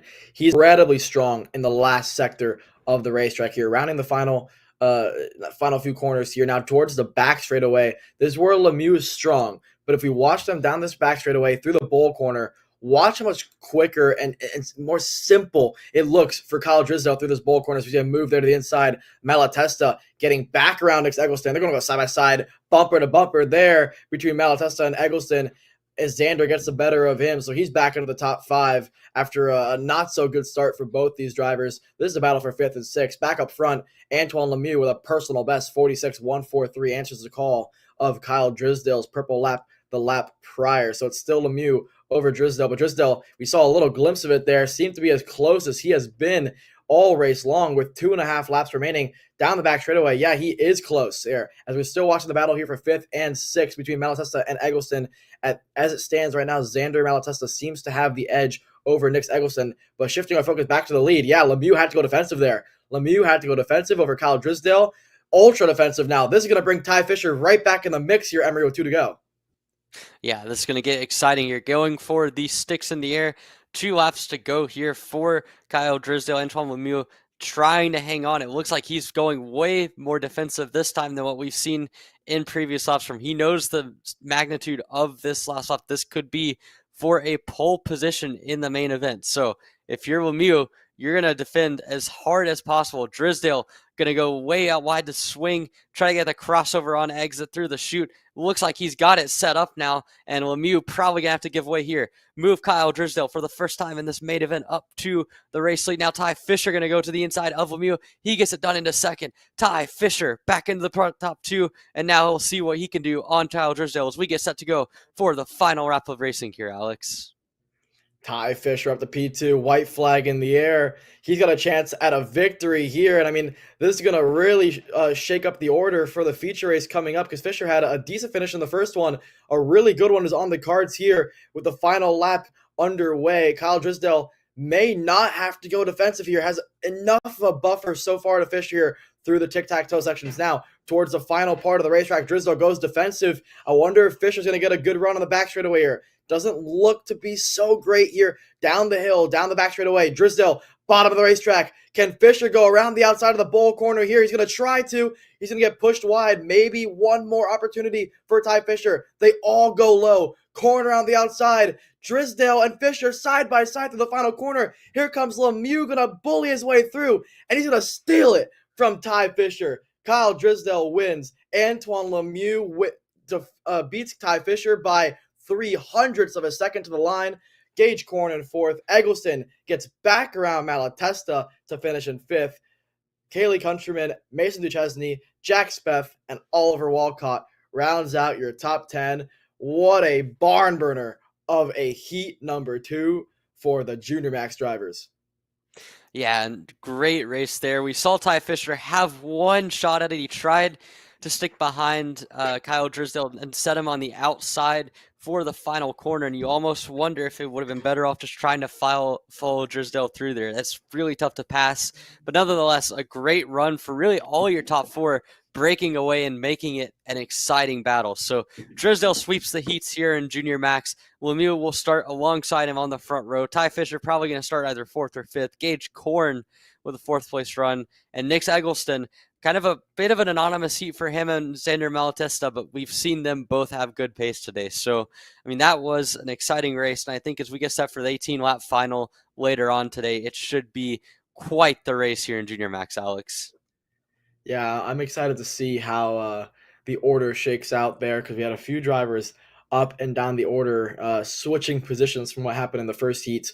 One thing remains the same there is we know it's going to be Lemieux and Drysdale on the front row.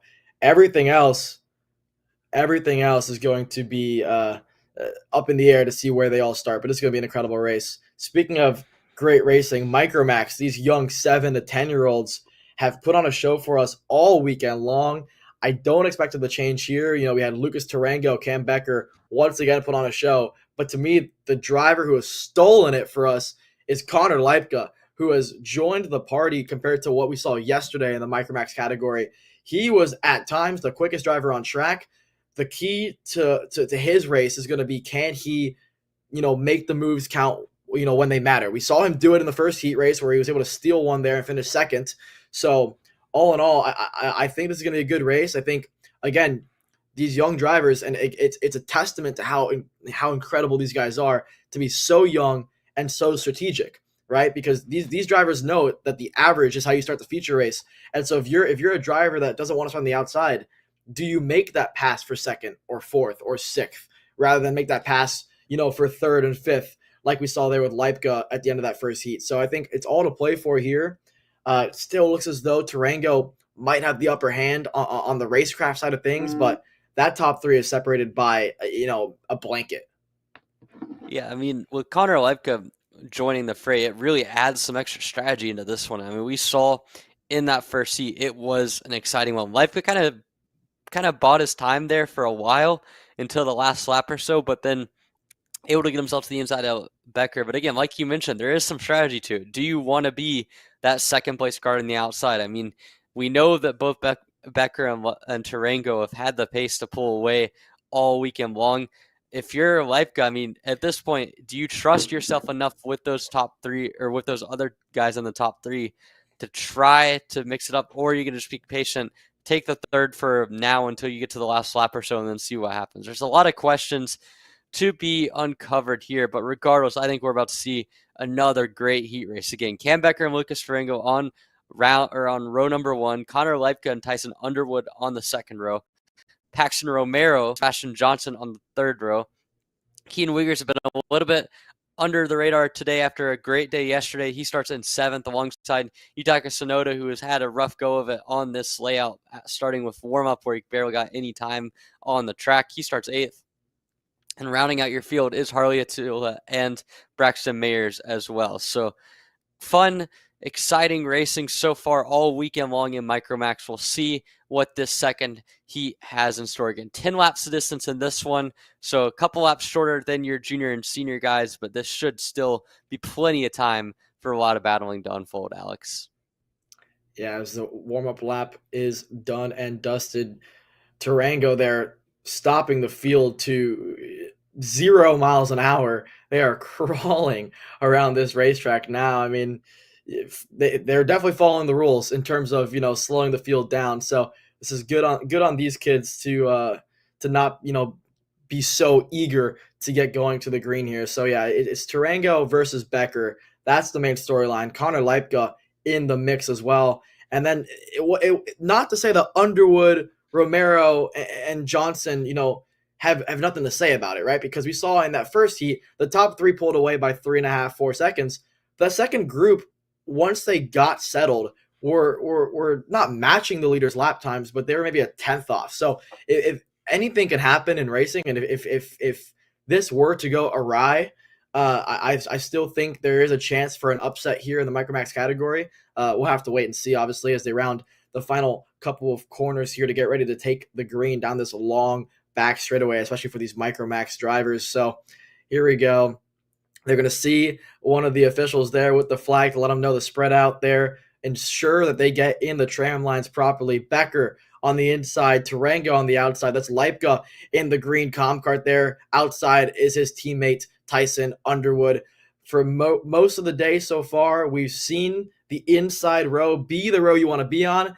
Maybe this is the heat race where we see the outside get the jump. Let's see. Green flag is in the air. Becker gets a good jump. Outside row trying to squeeze the inside row as best as possible here. Becker to the lead. Whoa, what a start there for Connor Leipka. He's going to slot into second place. Tarango might lose a spot to third. He does. That's Paxton Romero up to P3. Tarango there might go back to fifth. No, he holds on to fourth. So Lucas Tarango there, not the start he would have wanted, is watching his main rivals go off into the sunset here. He's going to have to get back around Romero as best as possible there, but what a start for Romero and others there. Let's see if Tarango makes a move to the inside. Nothing to it. This is all beautiful for Cam Becker as he has a great lead over Connor Leipka. Speaking of Tarango, though, he's under fire from Tyson Underwood a little bit, so this is not going to be a smooth sailing race for the number 7 machine there, Emery. Yeah, Tarango's got a lot of work to do. Again, this is the disadvantage of the outside. You're losing 1 to 2 spots every single start. He's going to get one of them back. He's going to get by Paxton Romero, but it's not the position as much as it is the track position for Tarango. Now, I think he might be given a lifeline here in that Connor Leipka struggled the first lap or so to keep up with Cam Becker, but this is not what you want to have happen if you're Lucas Tarango, because now, I mean, he's got essentially a second worth of gap to catch up to Cam Becker. I mean, 0.9 of a second. And he's also got to get through Connor Leipka if Leipka can't catch up himself. So there's a lot that's going to happen here, but Lucas Tarango, not the first lap he would have wanted. He does clear the midfield, though, which is nice, and now he can kind of set sail on those front two as we see the battle for fourth raging on. Paxton Romero back there leading Tyson Underwood and Keenan Wiegers. Those have kind of been the 4 through 6 guys all day long. So we'll see who can come out on top of that battle as the top 3 start to condense back together, Alex.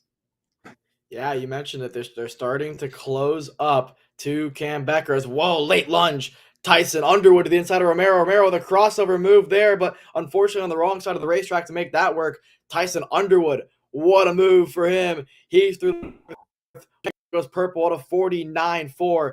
To put it in perspective on the differential on lap time, Tarango, what a second quicker than the drivers behind him, 0.6 faster than Cam Becker. So Lucas Durango, this is what we've seen all weekend long. Whenever he loses that lead, his next lap tends to be like a record breaker almost. I mean, he always goes purple when he loses the lead. So it's such a cool trait for that number 7 driver there. He's going to go to the inside. Leipka's not going to challenge it whatsoever. Tarango's to the inside. He's through to P2. Watch out, Cam Becker. Here comes the number 7 machine. Whoa, Connor Leipka proving me wrong. Goes right back around Lucas Tarango there, and all this battling is helping Cam Becker extend his advantage. But wow, Connor Leipka not going to give up without a fight there for that second position. Yeah, Leipka there decided to throw it right back down the inside again. That's the one thing with Tarango's line that we see him run through the exit of the bowl is it leaves him susceptible to that dive bomb. Add in a pass and you're bound to get something like that. And I mean, we're seeing now the battle for fourth has been firmly entrenched as a brawl as we see Romero kind of battling his way up to the front of that group with a crossover a couple laps ago on Tyson Underwood. And in fact, Keaton Wiegers as well has gotten around Underwood. He's right there behind Romero as well, and actually is going to go to the inside of Romero into the turn. Not going to be able to get it stick though, as Romero able to stay in front of Wiegers coming out of the final couple corners here.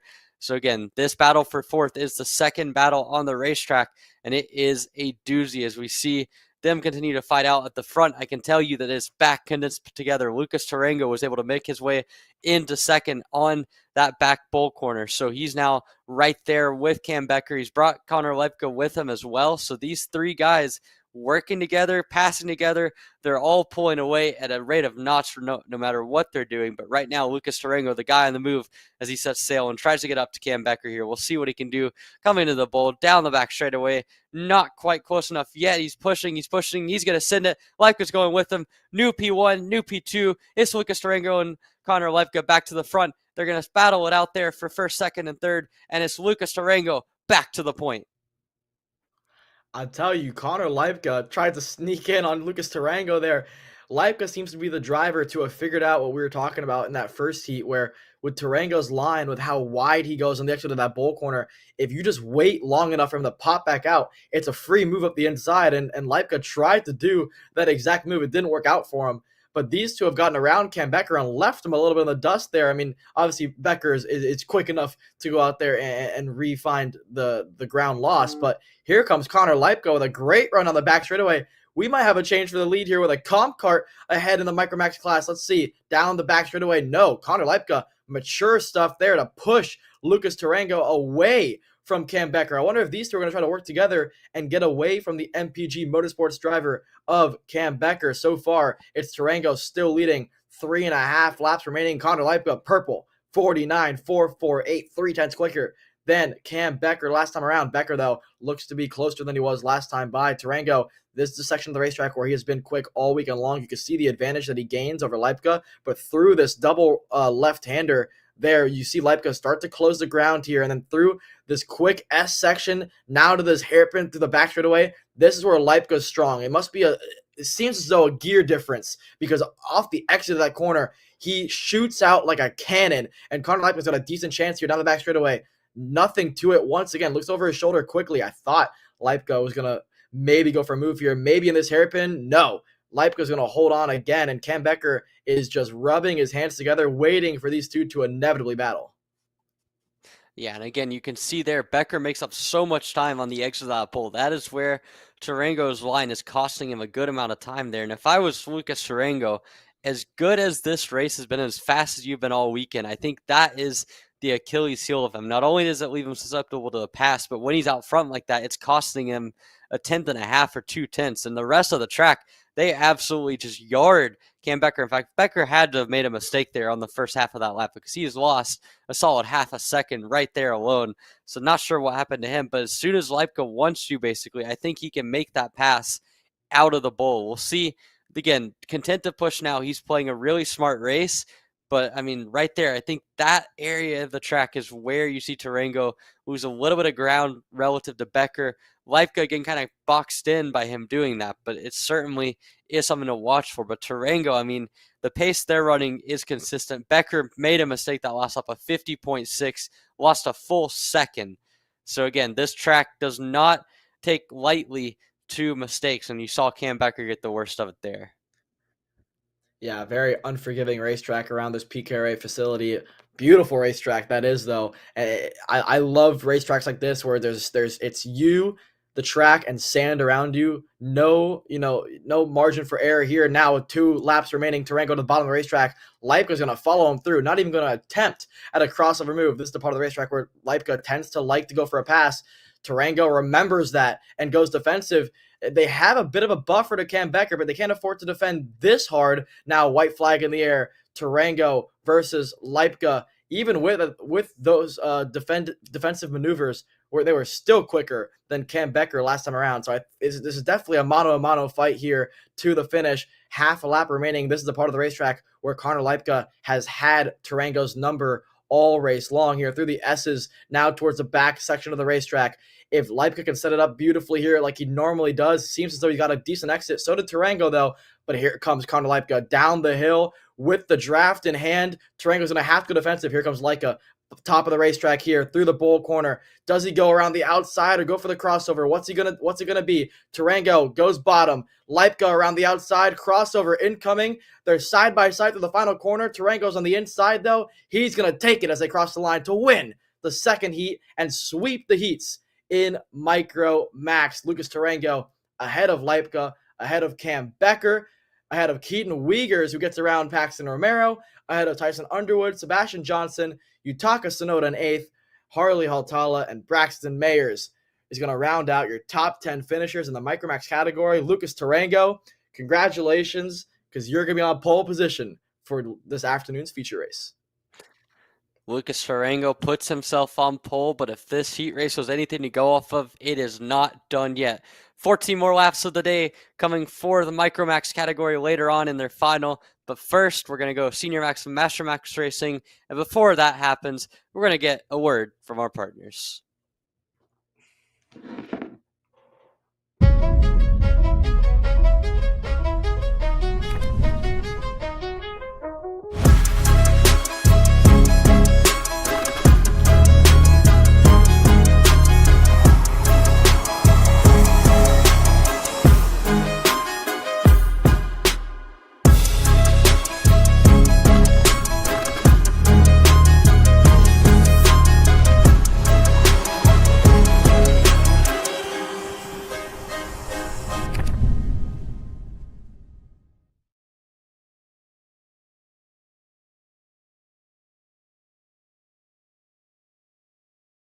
Are you looking for an advantage in your competition?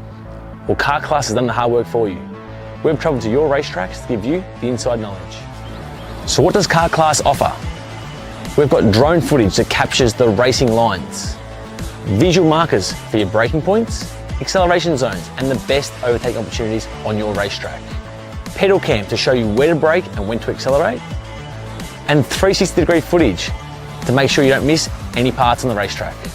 We've covered 13 racetracks in the United States, and Australia, you're up next. So visit kartclass.com to get your track information.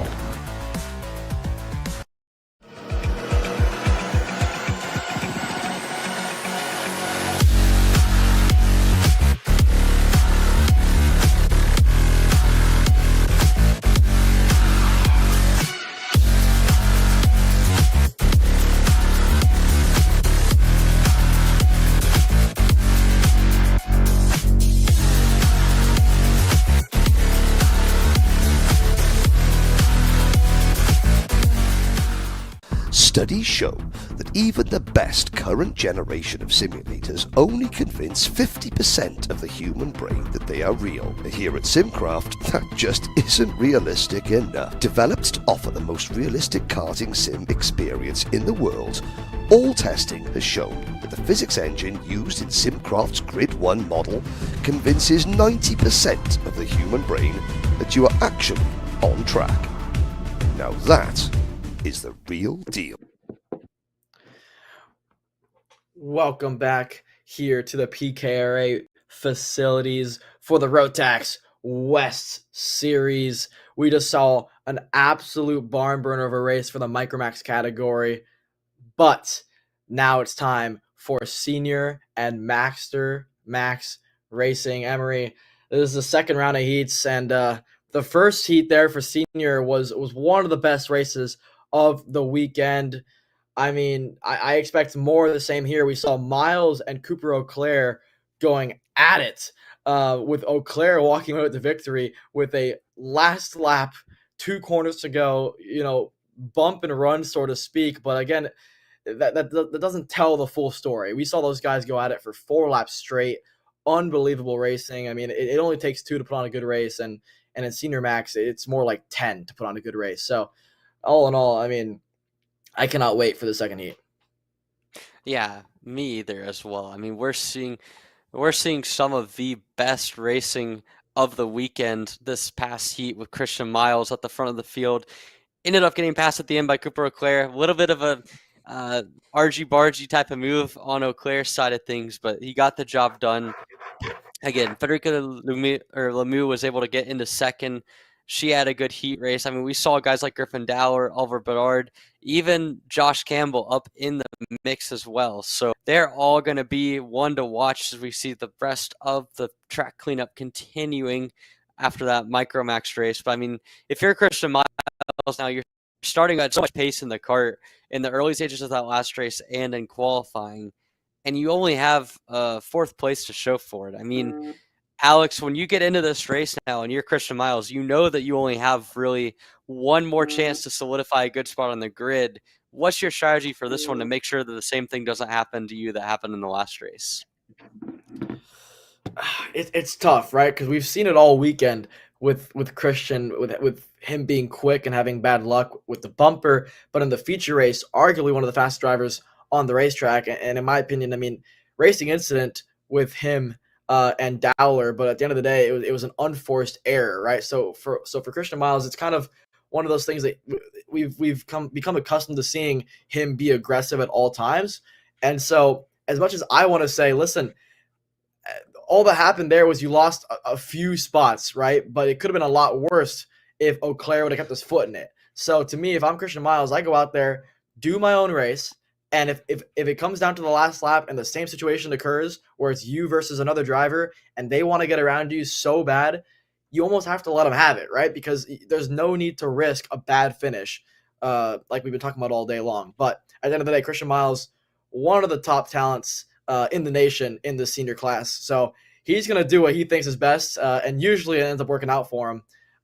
It didn't, unfortunately, for him in that previous heat race, but nonetheless, whether he finishes good or not, it's still one of the best liveries on the grid, I would say, with that neon green. You cannot miss Christian Miles, just like Griffin Dowler there in the all red speed.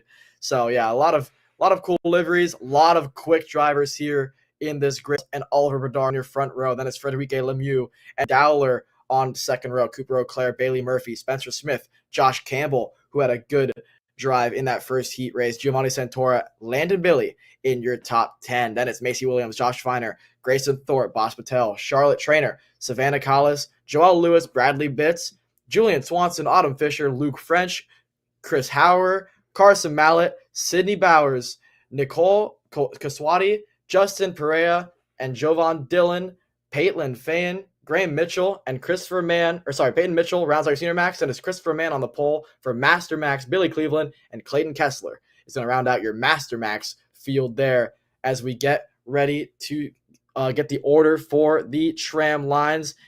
Slow and steady here for Christian Miles now. They're going to line up side by side. Miles versus Bedard. Griffin Dowler there behind him.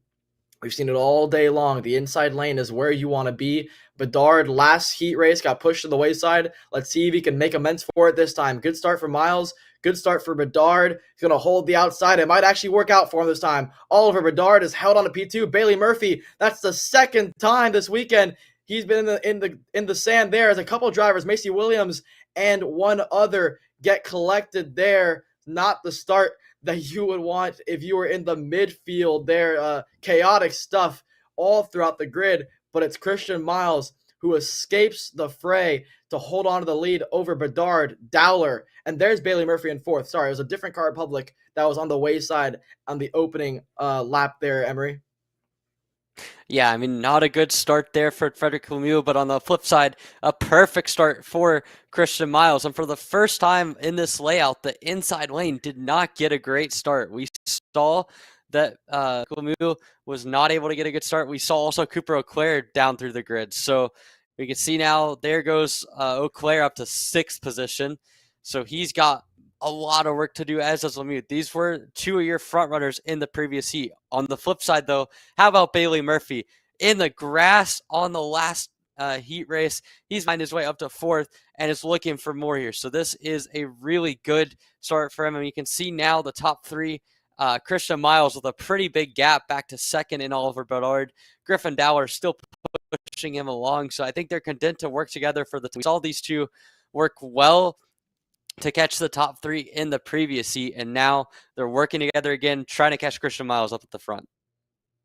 Yeah, and it's looking to work in their favor so far. So Griffin Dowler has answered the call here, because we talked about the one question mark with him starting this weekend, or starting today, should I say, was yesterday. He was so quick in the opening stages of the race, and then he'd fall off. But in the first heat, it didn't happen. So far, so good for Griffin Dowler, who was able to hold station behind Oliver Bedard. And if these two, really these 3 of Murphy, and then Frederic Lemieux, who goes purple at a 45.9, so it's actually a 4-car train behind Miles, make it a 5-car train, because look who it is. It's Christian Miles' best friend, Cooper Auclair, who's now in 6th. So Cooper Auclair, let's see if those two get back together on the same racetrack. There goes Dowler inside. He's through. Lemieux's through as well. Or sorry, Murphy through as well. So Dowler, Murphy up to P3. Then it's Bedard, Lemieux, Cooper Auclair sitting behind these guys saying, all right, when's it my turn to make some passes? And yeah, for Cooper Auclair's sake, I'm sure he wants to get back up to Christian Miles, because they probably still aren't done with their racing from the first heats. But nonetheless, Miles still leads over Dowler. Yellow flag is out for an incident somewhere on this racetrack, but so far so good for the leaders, Emery. Yeah, I mean, we're seeing now Christian Miles again comfortably ahead, but Griffin Dowler now leading that pack. We'll see what him and Bailey Murphy can do as the 2nd and 3rd place karts again working together. We'll see if Murphy is content to push. Is he going to continue going? Dowler content to stay in 2nd. So these guys continue to work together in 2nd and 3rd. They've dropped a little bit of a gap back to Oliver Bedard. There goes Cooper Auclair to the inside of Frederic Lemieux up into the 5th position. There you saw a bit of an aggressive move from Auclair in that last corner. So Cooper Auclair getting his elbows out a little bit, trying to make his way up through the field here, Alex. Yeah, Auclair absolutely flying up the P5. Lemieux down to 6th.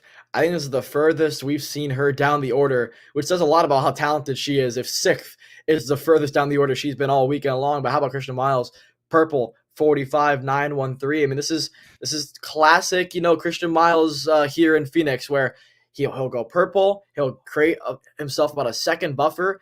And then where it starts to go away from him is from lap 7 onwards. His TV kart seems to fall off quite a bit. So let's see if he has found a resolution to that issue. This time around, 45.9 matches what he was able to do last lap. Auclair, though, 45.8. He's purple all over the bumper of Oliver Bedard. He'll be looking to get around the 390 of Oliver Bedard any moment now. But Griffin Dowler, pulling away from Bailey Murphy slightly here, has his sights set on Christian Miles, who, like I said, right now a 7/10 advantage, looks to be growing slightly. The closest battle is the one we're looking at right now, the comp kart of Cooper Auclair all over Oliver Bedard, down the back straightaway. Auclair's going to look to the inside here, inevitably. He is. Auclair is through on Bedard. Bedard doesn't fight it one bit. He knows at this stage in the race, Auclair is quicker. And honestly, if I'm Bedard, I want a driver like Auclair in front of me, a driver who is notoriously very, very smooth, very clean, but very aggressive. And right now, he's proving to be the quickest driver on the grid. But nope, Frederic Lemieux goes purple, 45.762.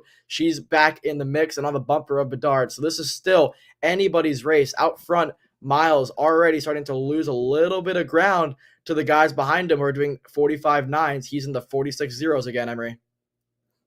Yeah, Lemieux in 6 going really quick right now. She kind of got shuffled back a little bit, kind of had to take a few hits on the chin, but now she is coming right back with a vengeance as you see her join the back of that group from 2nd to 6th. And I mean, really, it's just a giant train. If you look at this, Christian Miles has the largest gap all the way back down from 1st to Josh Campbell in 8th. It's kind of a consistent slightly spread apart train, as you see Miles, that's his personal best on that last lap. Again, pulls a little bit out in the margin from Griffin Dower, an extra half a tenth. Can't hurt at this point. So it's not the quickest on the racetrack. That would be Cooper Auclair that last time through, but he is certainly making the most of what he has. And again, earlier in the weekend and through the last heat races where we saw Miles start to fall off a little bit. But as of right now, it's good for him, as now Cooper Auclair pulling up to the back of Bailey Murphy. Is he going to get the draft good enough to make a move into the bowl? Not quite. We'll see how aggressive Auclair is. He knows he has to make a move at some point. Here he goes to the inside, outside of the bowl. Got the move done. Easy does it for Cooper Auclair. Move the J3 Comp Car driver up to P3. Wow, and with a pass, Auclair goes purple, 45.747, while making a bold move on Bailey Murphy, the exact move actually that we saw him make on Christian Miles in that first heat. So we still have about 3.5 laps remaining. Cooper Auclair, I don't think is going to be cut to Miles. Might be able to get up to Dowler. Last time around, he was 2 tenths quicker than Griffin Dowler. Dowler seems to maybe have closed the gap slightly to Miles on this lap. We'll have to find out when they cross the stripe. But Christian Miles is doing just enough as it stands to maintain that margin of lead that he has, whereas last race, around this exact point in the heat, is where he started to lose ground to the guys behind him here as they crossed the line. Yeah, Dowler was slower than Miles again. Auclair was quicker than Dowler. And then Bedard, his personal best lap, all over the bumper now of Bailey Murphy, trying to get back around him for fourth. But this is the largest field spread we've seen all race long here. Still 3 laps to go, though, Emery. Yeah, still enough time for Cooper Auclair to get by Bedard and maybe try to make a challenge to Christian Miles, but with how close the field is, I don't think that's going to happen. It's really just been kind of a slow burner when it comes to the field spread. I mean, like you mentioned, this is as spread out as they've been over the course of the 9 laps of this race, working lap number 10 now, as Cooper Auclair going to see the back bumper of Griffin Dower, not want to be behind him for long. Again, it's that left-handed bend after the bowl that gets him the move done. Cooper Auclair seems to be a bandit through there as he's moved his way up to second now. And now he only has 2 laps to try to set his sights after Christian Miles. So a good run from Auclair to go from 6th on the opening lap all the way up to second. But now it might be wraps for him when it comes to trying to charge anywhere further up. And we'll see if Griffin Dowler has any chance of getting back at him, Alex. Well, if there's any consolation prize for the viewers watching here, if they finish as they stand, there's a very high likelihood that we have a Cooper Auclair and Christian Miles front row. And I'm here for that, or at least a first and a third, because after what we saw in the first heat race, I want to see those two go at it for a 20-lap feature race later this afternoon. So, nonetheless, Miles looks to be doing enough to hang on to this one. White flag in the air for Miles here. Auclair did drop that lead by 2 tenths. He's going to need about 6 more of those to make anything happen here. But Auclair proving that he had the pace late. Dowler, Murphy, and Bedard all set their laps on lap 11. So they've also figured out the setup here. We're in for a great feature later this afternoon if these drivers can continue the pace that they are going at. But Miles right now doing just enough to hold on to this one, Emery. Yeah, Christian Miles, if the first heat was a little bit topsy-turvy at the end for him, this second one has been smooth sailing. You'll see the battling a little bit behind him later on, but for now, Christian Miles has done everything he needs to in the second heat. He'll come through and take the checkered flag to win heat number 2. Cooper Auclair with a storm through the front pack to end up in second. Griffin Dowler sets his personal best with a 3rd place finish, and then down through the rest of the order. Bailey Murphy, strong run to overcome the off-roading that happened in heat number 1, finishes in 4th. Federico Lemieux with the lowest down she's been all weekend long, ends up in 5th. Oliver Bedard, also a bit of a poor heat, in 6th. Giovanni Santora in 7th. Josh Campbell back in 8th. Josh Feiner in 9th, and Boss Patel in 10th. Down through the rest of the grid, we wait to see the finish of Master Max coming through to finish up at the line. Billy Cleveland beats out Christopher Mann to the checkered flag. So it seems like we have finished it off in Masters. Good racing all weekend long in that category. Cleveland's going to look to try to beat Mann and Clayton Kessler later on today. But that wraps up Senior Max and Masters Max. Maybe not quite as hectic as the first heat, Alex, but still a lot of good racing to go on through there. Yeah, a lot of great racing, a lot of chaotic. It was a chaotic start, which is kind of what I expected from the senior guys who, especially the drivers that needed a good race. You're going to expect them to be aggressive. So yeah, it was guaranteed to be chaotic at the start. The field spread was decently large towards the end of that one, but I think if there was 3 or 4 more laps remaining in that race, we would have seen Cooper Auclair and Dowler get to the bumper of Christian Miles. So yeah, nonetheless, Christian Miles has turned it around from yesterday. He's arguably the quickest guy on this grid, but right now there really isn't a set answer to who the quickest driver is, because if you look down the order, 1st through 7th all did 45.8s, besides Auclair and Lemieux, who did 45.7s. So the senior max guys have been impressive to watch, but mini max is next, Emery. Yeah, should be a good one to watch. We're anticipating the Senior Max final coming up 18 laps later on today. Mini Max coming up next after this break.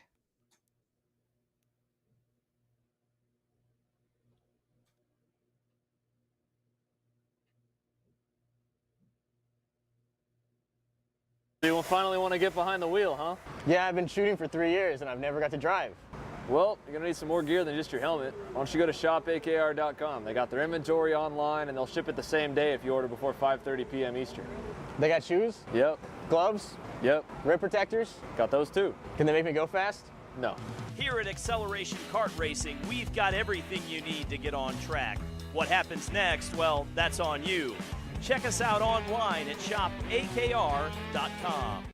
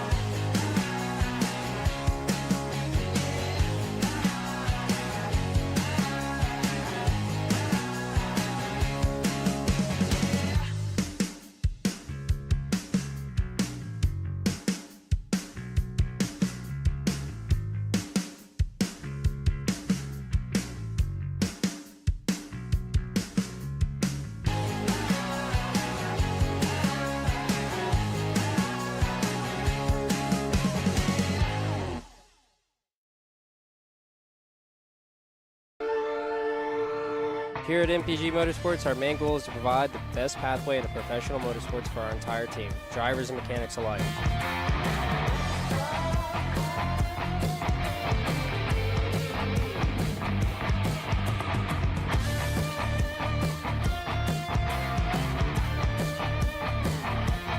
We're based out of Whiteland Raceway Park in Indiana. For more information, contact us at chase@mpg-motorsports.com.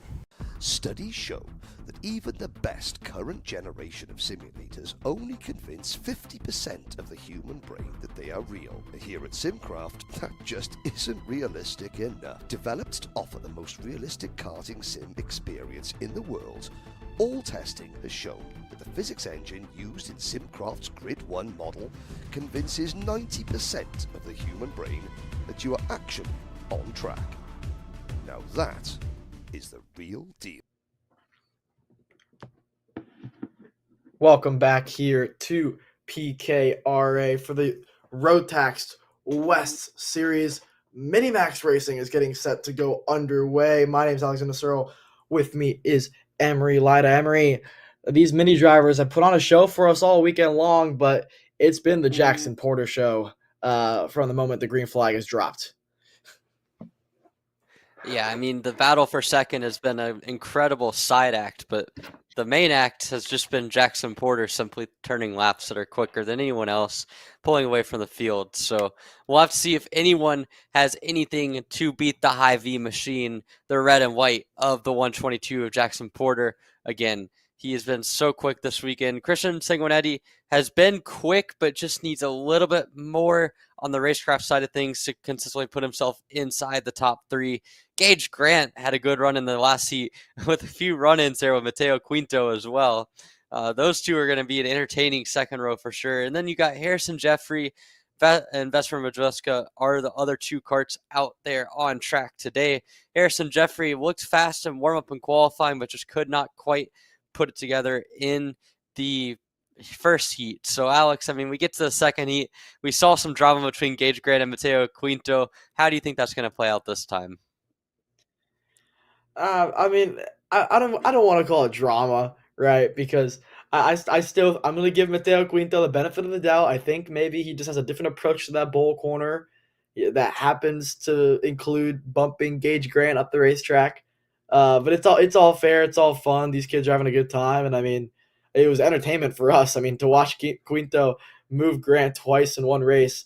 At the end of the day, Grant still got the better of them all. Finished second, right? So Gage Grant, incredibly impressive in that one. Sanguinetti, I mean, he's still looking for that elusive, top 3 finish, but he's starting on the front row there with Jackson Porter for the second heat race. This is the same heat race yesterday that these mini guys were able to actually take the charge to Jackson Porter. So I wonder if maybe this time of day, the track gets a certain temperature level and it suits these other mini drivers better. But let's see if they can find the remaining 5/10 a lap that they need to get up to Jackson Porter.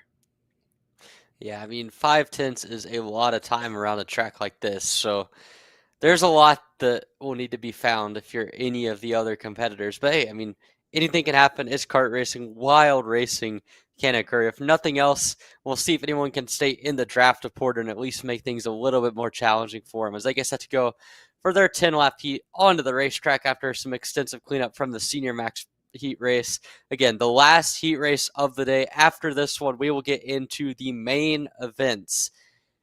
10 laps the distance for this heat race again, and then we'll get into a 14-lap final for them, 18-lap distance for the final for both the junior and senior maxes. So this should be an exciting pre-final, well, it's basically a pre-final. The second heat, the final heat of the weekend for anyone at PKRA. Again, the Rotax West Trophy getting set to be decided. Rounds 1 and 2 of 8 this weekend.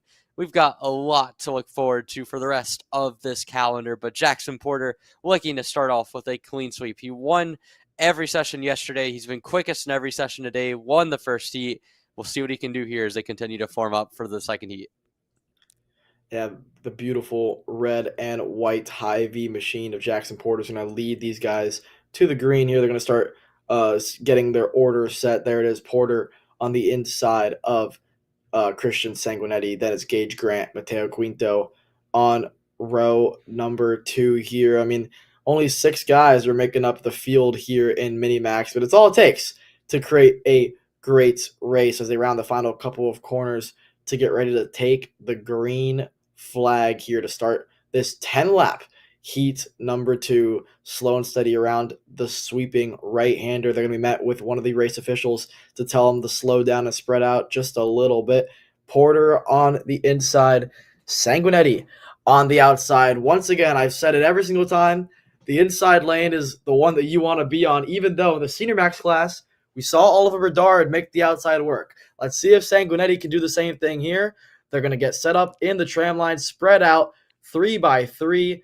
Here we go. Get ready, set, and green flag is going to be in the air. Good start there for Porter. Good start for Sanguinetti, who's trying to slot in line, but just couldn't get it done once again. He's going to go into second place. Quinto to third. Sanguinetti going to get pushed to the wayside there. Might get passed by Jeffrey around the outside. What a move for Harrison Jeffrey up to P4. So Grant to P2. Quinto third. Jeffrey fourth. Sanguinetti fifth. Majuska sixth. But it's all Jackson Porter out front. Yeah, if there's one thing these heat races has taught me, it's no matter how it is, if you are in one of these lower horsepower classes, there is no reason to start in second. It is a death sentence if you're the likes of Christian Sanguinetti, who now has a mountain to climb if he wants to get back to these top 3. I mean, he's got the pace to do it. He's back up into 4th as it looks like a big mistake there for Harrison Jeffrey on the middle part of that lap. But, I mean, this has turned into a disastrous start for Sanguinetti. Fortunately for him, he probably won't have to start second again in the final no matter what he does because Gage Grant and Mateo Quinto have that on him. But, I mean, man, Alex, that is such a big disadvantage, and he's already got a big hill to climb. Crossed the line for the first time. Jackson Porter with about a 3 kart length lead over Gage Grant. Another kart length back to Mateo Quinto.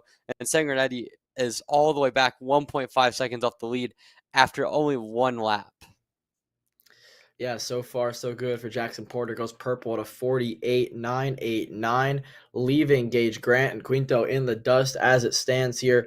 It looks as though it's another one of those battles for second here, but out of that corner, Gage Grant with a decent exit there. I mean, if he can replicate what he did there for the remainder of this race, we're still on for a decent one here. It's not like Jackson Porter's, off into the sunset just yet. Good couple of corners for Gage Grant, has left Quinto behind and in the draft now potentially of Jackson Porter right in the final corner. Now let's see how the lap times shape up. It's still Porter going purple, only a 10th quicker than Gage Grant. Remember though, Porter at one point in the first heat was doing 48 4s and 5s consistently. So there's still potentially 2 to 3 more tenths in the tank for Jackson Porter. This is the section of the racetrack where Porter seems to pull away, but then we get through the S's here. Look how quick Quinto was through there as well. He might make a move through this right-hander. Nope, but Gage Grant fades him a little bit. How about Christian Sanguinetti, who was quicker than Quinto last time by? He has gotten around Jeffrey, so has Majewska as well, and he has made amends for that poor start. Down the back straightaway, Sanguinetti might get up to these two drivers when it's all said and done here, but now Jackson Porter starting to really stretch his legs and show his advantage on the rest of the field. Cross the line. What is the lap time going to be? 48.7 again, compared to a 49.2 for Gage Grant. Sanguinetti matches almost to the thousandths of the lap time that Jackson Porter was able to do. So for Sanguinetti's sake, he's going to be kicking himself that he couldn't get a better start because, lap time-wise, he is matching the leader. So now if you're Sanguinetti and you're looking into the final, your big goal here is you want to finish third behind Gage Grant, ahead of Mateo Quinto, maybe pass Gage Grant for second, but either way, you do not want to start second. That is clear as day. But if he can get himself to third and start third with this pace, again, this is an early race. We've seen Jackson Porter be consistent and get better over the course of the races.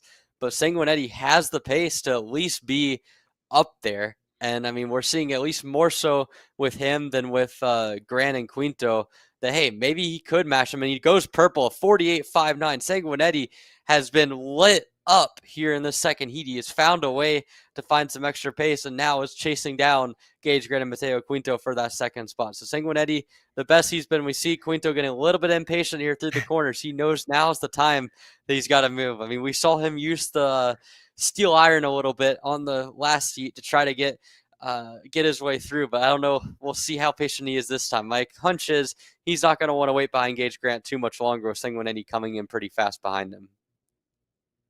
Yeah, down the back straight through the bowl corner now. Does Mateo Quinto give him the bumper? No, he doesn't. He's going to remain patient this time, unlike the first heat race. All the while, Sanguinetti starting to get held up a little bit by these two drivers. Like you mentioned, a 48.5 is a stormer of a lap. We were praising Porter's ability to do 48.4s in the first heat race. We got to do the same thing for Sanguinetti, doing 48.5s. He was a 10th faster than Porter last time around, and actually the two drivers, Grant and Quinto, were a little bit quicker than Porter last lap, and was still 5 laps remaining. The chance at a win is not off the cards here, Emery. If these two can really lock bumpers, and really these three, if they can lock bumpers and work together and not worry about the drivers behind them, there's still a chance at a victory here with Quinto up on the wheel, content to push Gage Grant here through the bowl corner. No mistakes being made. Sanguinetti is going to not remain patient. Inside, not going to make it stick. That's the problem with going for a half move. You're going to go for the move. You got to go fully committed to the inside there. That's going to slow that group down just a hair, even with that pass attempt from Sanguinetti, 48.7 to match the leader. So, granted, these three are drafting together, pushing and matching the lap times of Jackson Porter, who's all on his lonesome. Nonetheless, though, definitely they have made strides towards the advantage that Hy-Vee red machine has had. Yeah, I think it's pretty clear Sanguinetti has the best kart of the three that are currently in this group. So I understand why he was being impatient. I think he probably could have picked a little bit of a better time to try that pass, but nonetheless, I understand his urge to try to get by, because as good as Gage Grant and Mateo Quinto have been pushing each other, they're still only at best matching what Jackson Porter is doing, who is just being a complete robot out there in the lead, 48.73 after 48.7. So Quinto and Grant, again, 48.8, 48.8. They are not quite able to get the pace they need to run down Jackson Porter. So if you're Sanguinetti and you have that little bit of extra pace in your kart, it makes sense to at least try to make something happen. He's just got to pick his spot right. It's been his issue all weekend long, has been getting his way through the traffic and getting his way through Grant and Quinto. We'll see if this race is the one that changes it for him here. Yeah, down the back straightaway now. Does Quinto finally go for the move that he's been waiting to do all race long? No, he's still remaining patient here through the final couple of corners now. It's still Grant ahead of Quinto, ahead of Sanguinetti, who, like you mentioned, as Porter goes purple, 48.576, resets fastest lap of the race. Sanguinetti has been doing consistent 48.7s as well throughout the last couple of laps here. But that's been the main thing there. Sanguinetti made a bit of a mistake out of that corner. Is how if you're Christian Sanguinetti, do you finally get around these guys as side by side through the S's? Only one cart fits through there, and smart stuff for Matteo Quinto to not try to fit two carts in a piece of road that fits one. Sanguinetti, can he finally get a move done here to the inside? No, he backs out of it. Oh, wow. Sanguinetti had a nose ahead and decided to back out of that move. I don't agree with that. I think at that stage, I mean, you were quick enough to just keep your foot in it there if you're Sanguinetti. But once again, it's been the Achilles heel for Christian all weekend long, is not being able to make the moves count when you're faster than the drivers ahead of you now.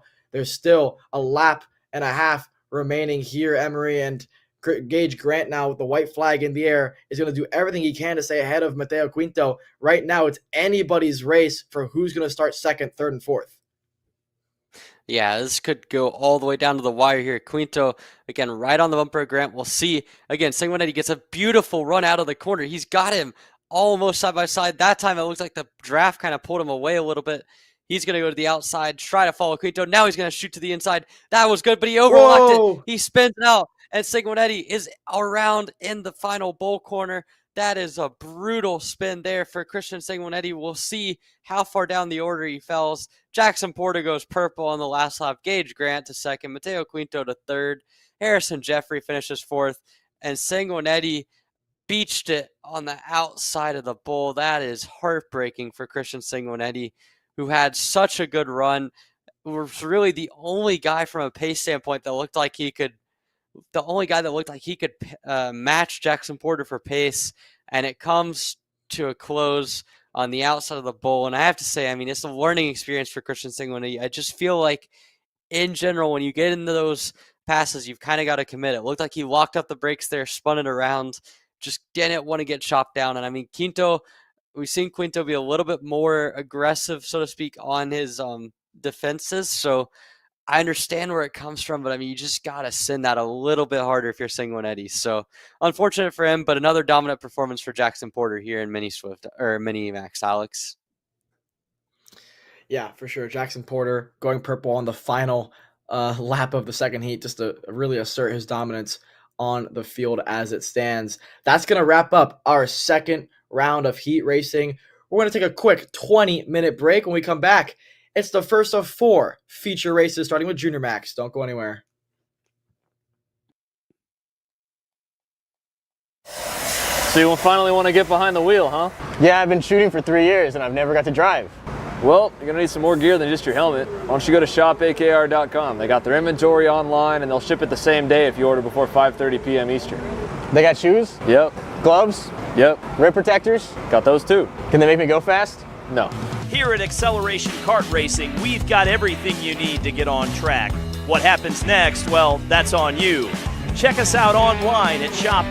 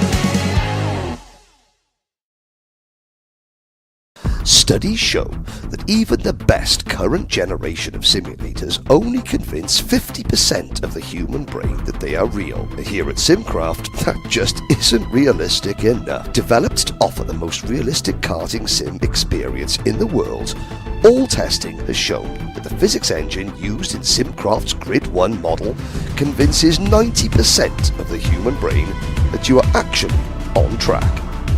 Now that is the real deal. Here at MPG Motorsports, our main goal is to provide the best pathway into professional motorsports for our entire team, drivers and mechanics alike.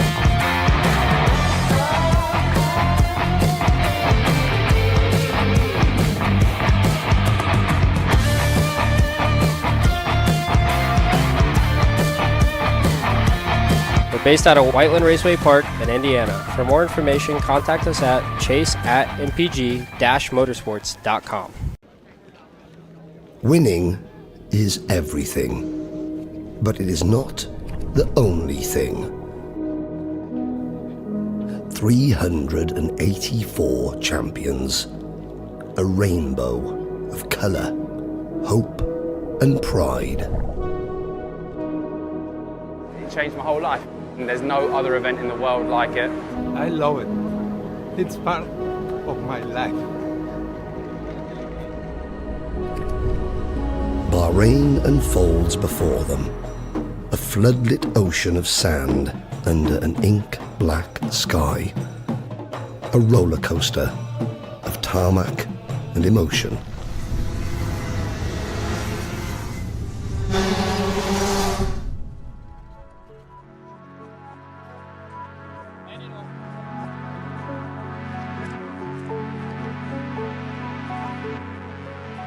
Months after month they have toiled in every country, at every track, in all conditions, to grasp hold of their prize, their ticket, their golden opportunity.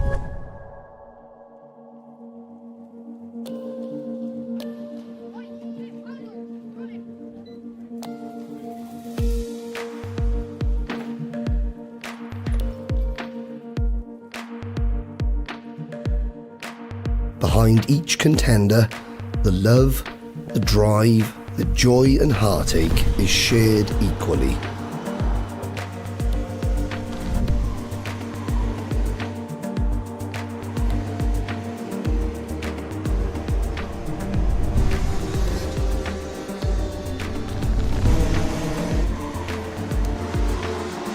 The time and sacrifice is all of ours. Each moment, each race is felt from afar, from the pits, the stands, the grid.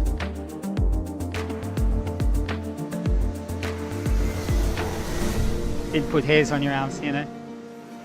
It's such an emotional experience for everyone. Win, lose or draw, there's such a passion for it. The moment arrives. Summon every sinew and go for broke. If you don't take your opportunity, a rival will.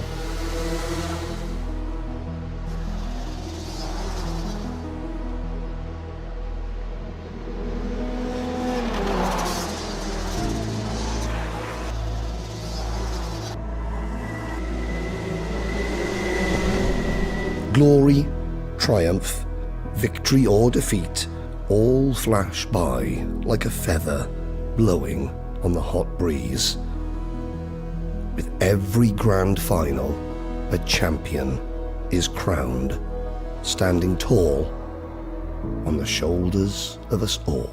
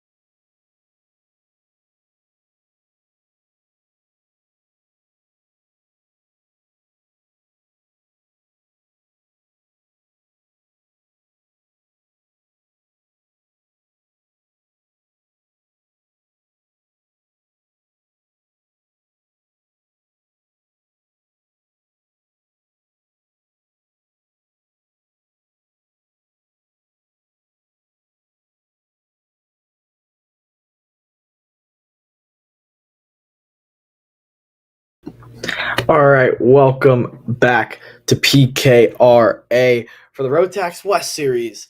It's time to go main event racing, starting with Junior Max. My name's Alexander Searle. With me here is Emery Lida. Emery, we have 4 very exciting main events to come at our way here, starting with Junior Max. It's going to be Antoine Lemieux and Kyle Drysdale on the front row here.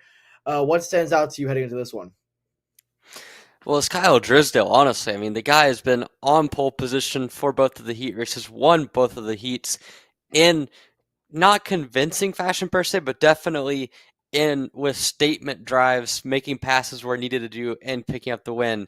Antoine Lemieux has had a lot of pace this weekend. Obviously, won the final yesterday for REM, but today's a different story. Today, he's been a little bit on the back foot, and again, starting on the outside, not eyed for Lemieux. And then you get to a few guys that have been inconsistent this weekend. I mean, you've got Nick Eggleston, who at times has looked like the number one challenger to your front two, and at other times just simply has not been in the picture. Engaged Corn, another guy that when he's been on this weekend, got a podium yesterday, looked really good this morning, not so good through the first heat, but he was there in the picture for the second heat. And then you got Ty Fisher, Xander Malatesta, both of them have been fast at points today.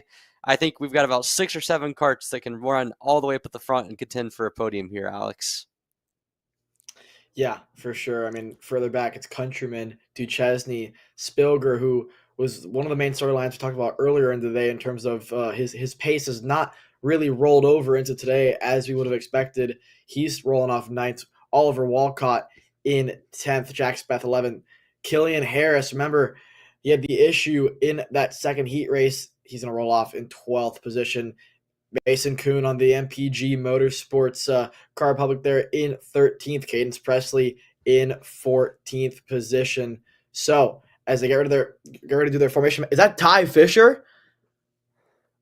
Emery, that's one of the TV cards that looked to me like. I think we'll get a look at it if we can get a closer view as they come around. I'm not sure if that's Ty or not.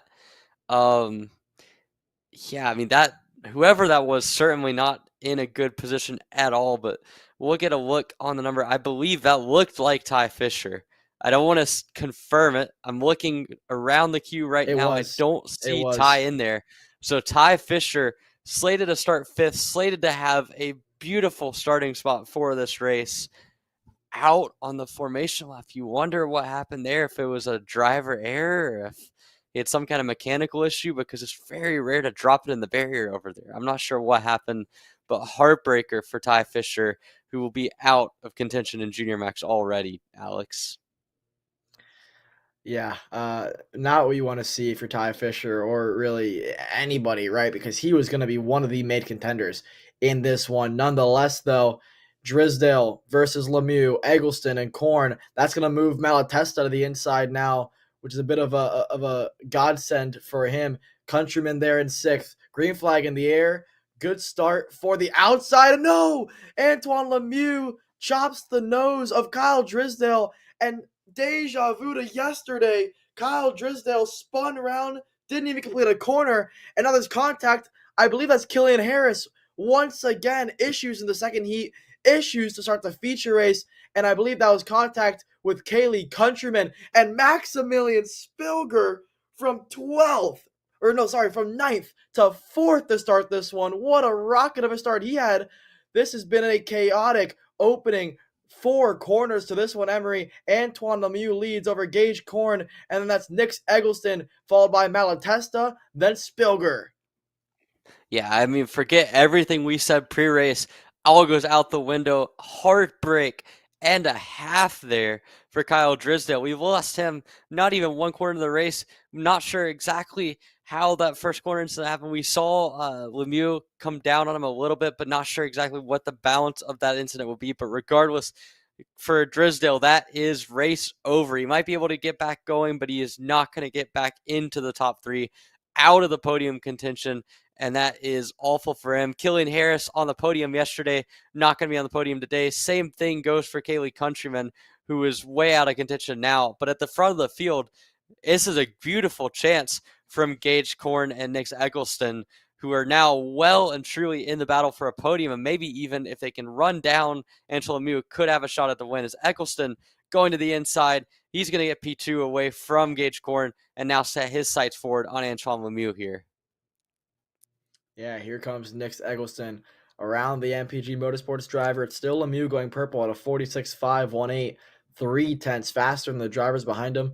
Malatesta, the closest to him lap time wise, at a 46.6. And it's Spilger, Jack Speff. What a run for him up to 6th. Mason Kuhn to 7th. DeChesney 8th. Walcott 9th. Kyle Drisdale setting the 3rd fast lap of the race there. And unfortunately, he's 9 seconds off the pace there. But this looks to be a much better lap this time around for Nick Eggleston, who's lost Gage Corn behind him and now has his sights set on the drivers in front of him, such as Antoine Lemieux here. Malatesta is getting closer now to Gage Corn as well. So this one is nowhere near being over, right? We just completed lap 3 of 18 here for the Junior Max category. Another purple lap for Antoine Lemieux, 2/10 faster than Nick Eggleston. The one thing that scares me, though, Emery, is to be so quick so soon. We've seen it so many times before where if you're out of the gate fast, it's very hard to remain that way for the next 14 laps.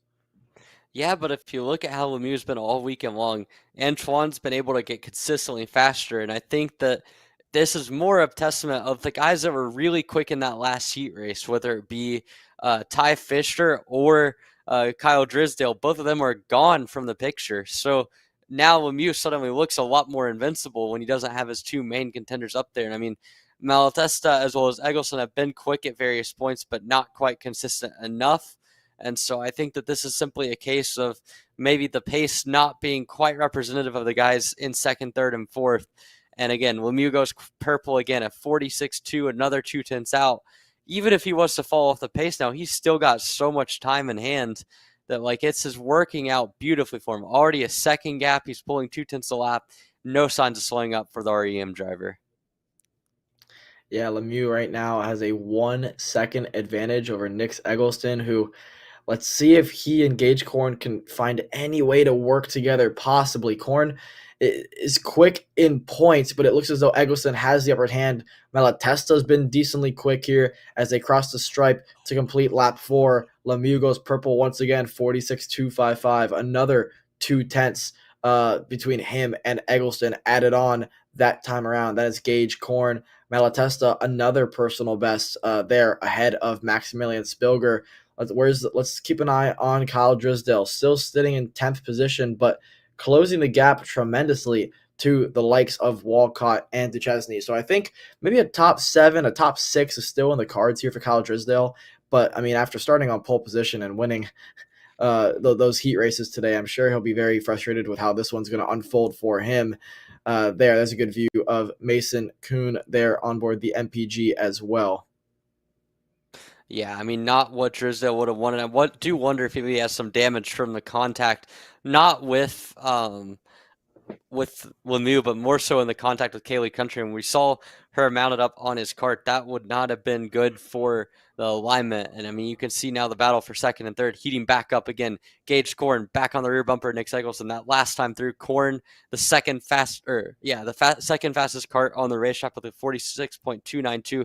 He's on the rear bumper. There's not a lot of incentive to go past Eggleston here because they're both quicker than Malatesta behind him, but it might be a case of Corn thinking that he has some extra pace in hand. I mean, at this point, Lemieux is far gone, but this is now heating up for 2nd, and it looks like Eggleston's kind of struggling aboard that 224 machine to keep himself on the right track. There you go again, another one, 0.7 of a second. Lemieux quicker than Eggleston and Gage Corn. I don't care how much the tires fall off. If you're pulling 0.7 of a second per lap, you got to go for it, man. Yeah, at this stage in the race, even with 10 laps to go, I think it's safe to say that it's going to take a miracle for the drivers behind to catch up to Lemieux. So this is the battle that we're going to be focusing on for the remainder of these 10 laps. Eggleston versus Gage Corn versus Malatesta, who has left Spilger in the dust here, down the back straightaway. And if you're Eggleston and you're Gage Corn at this stage in the race, they're still going to attempt to work together because anything's possible in racing. But it wouldn't shock me if they, kind of just start throwing things away and say, listen, this is the battle for, second quickest on track this time around here, as Lemieux does a 46.308, a little bit slower than what Gage Corn was able to do last time around. So it's maybe, just maybe, a glimmer of hope for the likes of Eggleston and Gage Corn, but not a lot. Rounding the infield section of the racetrack, 9 laps complete, still 9 to go here. I'm actually surprised with how quick Gage Corn has looked and how much smoother that kart has looked so far that he hasn't attempted a move. He looks back, sees that only Malatesta's behind him, no one else. At this stage in the race, Gage Corn's still going to attempt to push Eggleston to see if they have any chance of catching Lemieux, but Lemieux is almost out of frame at this point. Yeah, this is a preventative measure more than anything for Gage Corn. There's really nothing he gains by trying to attack Eggleston. And Eggleston's going just quick enough to keep Malatesta out of the picture for now. I mean, it's not the smoothest drive for Eggleston. He seems like he's fighting that kart a lot to get it to go where he wants to. But the pace is somewhat there lap after lap, not quite consistent, but it is something to keep an eye on. So, I mean, I think we're seeing Gage Corn realize that, hey, worst case here, I'm getting fourth. Even if everything goes wrong, if I don't do something to myself, we're going to get fourth in the worst case. And realistically, if he can find a way to push Eggleston away, he can get ahead of Malatesta. But Malatesta really has put on the wick on this lap. We're going to see a pretty good lap here from Xander Malatesta, if I had to guess. So we'll see cross the line. Lemieux slows down. Eggleston and Corn slow down as well. Did not get an updated lap there from Malatesta, but, I mean, this was a really good lap from him. You can visually see that he's closed the gap, and I think that he is right there in the mix for that second spot at this point, Alex. Just something to note here. Antoine Lemieux's last lap, 47.1, 7/10 slower than Nick's Eggleston. So to be that much off the pace with how quick he was earlier on the race, I'm sure it was a mistake from Lemieux. Just something to keep an eye on, because earlier in this race, Lemieux was 7/10 faster than Eggleston. So let's see how they cross the stripe this time around. But maybe, just maybe, there's a bit of hope there. Nope. Antoine Lemieux shuts that down real quick. 46.2 for Antoine Lemieux. So, yeah, definitely just a mistake last time around there. So, yeah, Eggleston, Gage Corn, and Malatesta doing 46 3s and 4s. So still about a tenth or two off the pace of what Lemieux's doing. So this is the battle. This is the battle that we're going to focus on for the remainder of this race. Eggleston versus Gage Corn. Potentially Xander Malatesta looking to get onto the podium as well here. Gage Corn showing a lot of maturity, a lot of poise here to stay behind Eggleston, even though, in my opinion, it looks as though he's quicker than him throughout the majority of the lap. But Gage Corn wants to ensure himself a third. But Malatesta, impressively, without the help of anybody pushing him behind, is keeping in touch with the two ahead of him, Emery. Yeah, I mean, Malatesta is doing everything he can to try to keep up. It looks like, from what I'm seeing, he's driving a more smooth line than what Eggleston is doing in front in the second spot. He's just not quite able to carry either the rolling speed or the down the straightaway speed to kind of get him in the mix with those two, with both Eggleston and Corn pushing. But he's staying within the range to where as soon as they battle, he's going to be right there. And Gage Corn takes a look back behind him, sees it going, and you can see him maybe make a decision there. But in the meantime, looking back further in the field, there you see Kyle Drysdale making a move, getting one spot back. He's also, I believe, gotten by, I think that's Jack Spieth as well. So Drysdale, as well as Mason Duchesse, making a move up. Drysdale overdrives that corner a little bit, but he's making his way up into 7th now. So he's got a long way to go after this pass to get back up to Mason Kuhn in the 6th spot. But right now, Drysdale trying to salvage what he can after this, out of this race. Yeah, I mean, if it's any consolation there, up to 7th for Drysdale, maybe might be able to get a P6 out of it, but his best lap is comparable to Lemieux, down to the thousandths of a second. And his last lap was only half a tenth off of what Lemieux did, and he had to make 2 passes. So if you're Kyle Drysdale, you're walking away from this one saying, wow, I could have won this race. Nonetheless, though, he's definitely going to be frustrated after just one of those racing incidents that almost maybe unavoidable for him. He's going to feel like, at least we couldn't get a good enough view to see exactly if there was contact or not. But nonetheless, Kyle Drysdale, you know, if not the quickest, the second quickest driver at all times around this place. He's going to walk home with maybe a P7, P6 here. Back up front, it's still Eggleston over Gage Corn at the moment. There it is.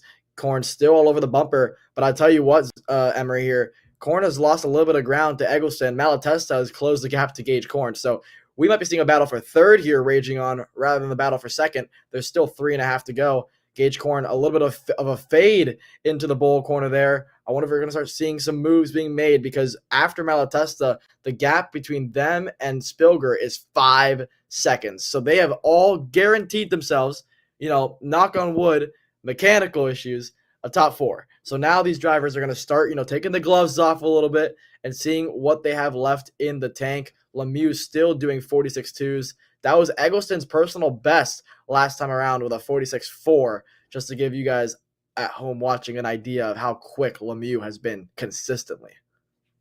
Yeah, Lemieux is basically doing 2/3 of his laps are quicker than anything Nick Eggleston's been able to do in this race. And I think that Eggleston's kind of brought in the consistency. He's reined it down a little bit. He's realized that he needs to just kind of back it down with that kart to be able to keep second spot. And I think at this point, Gage Korn is just kind of biding his time. Malatesta doesn't seem to have the raw speed to be able to get up there and challenge them when they're pushing. Although having said that, he just turned a 46.29. So Malatesta, when he can get it on, he looks quicker than both Eggleston and Korn. It's just consistently doing that when they're both pushing.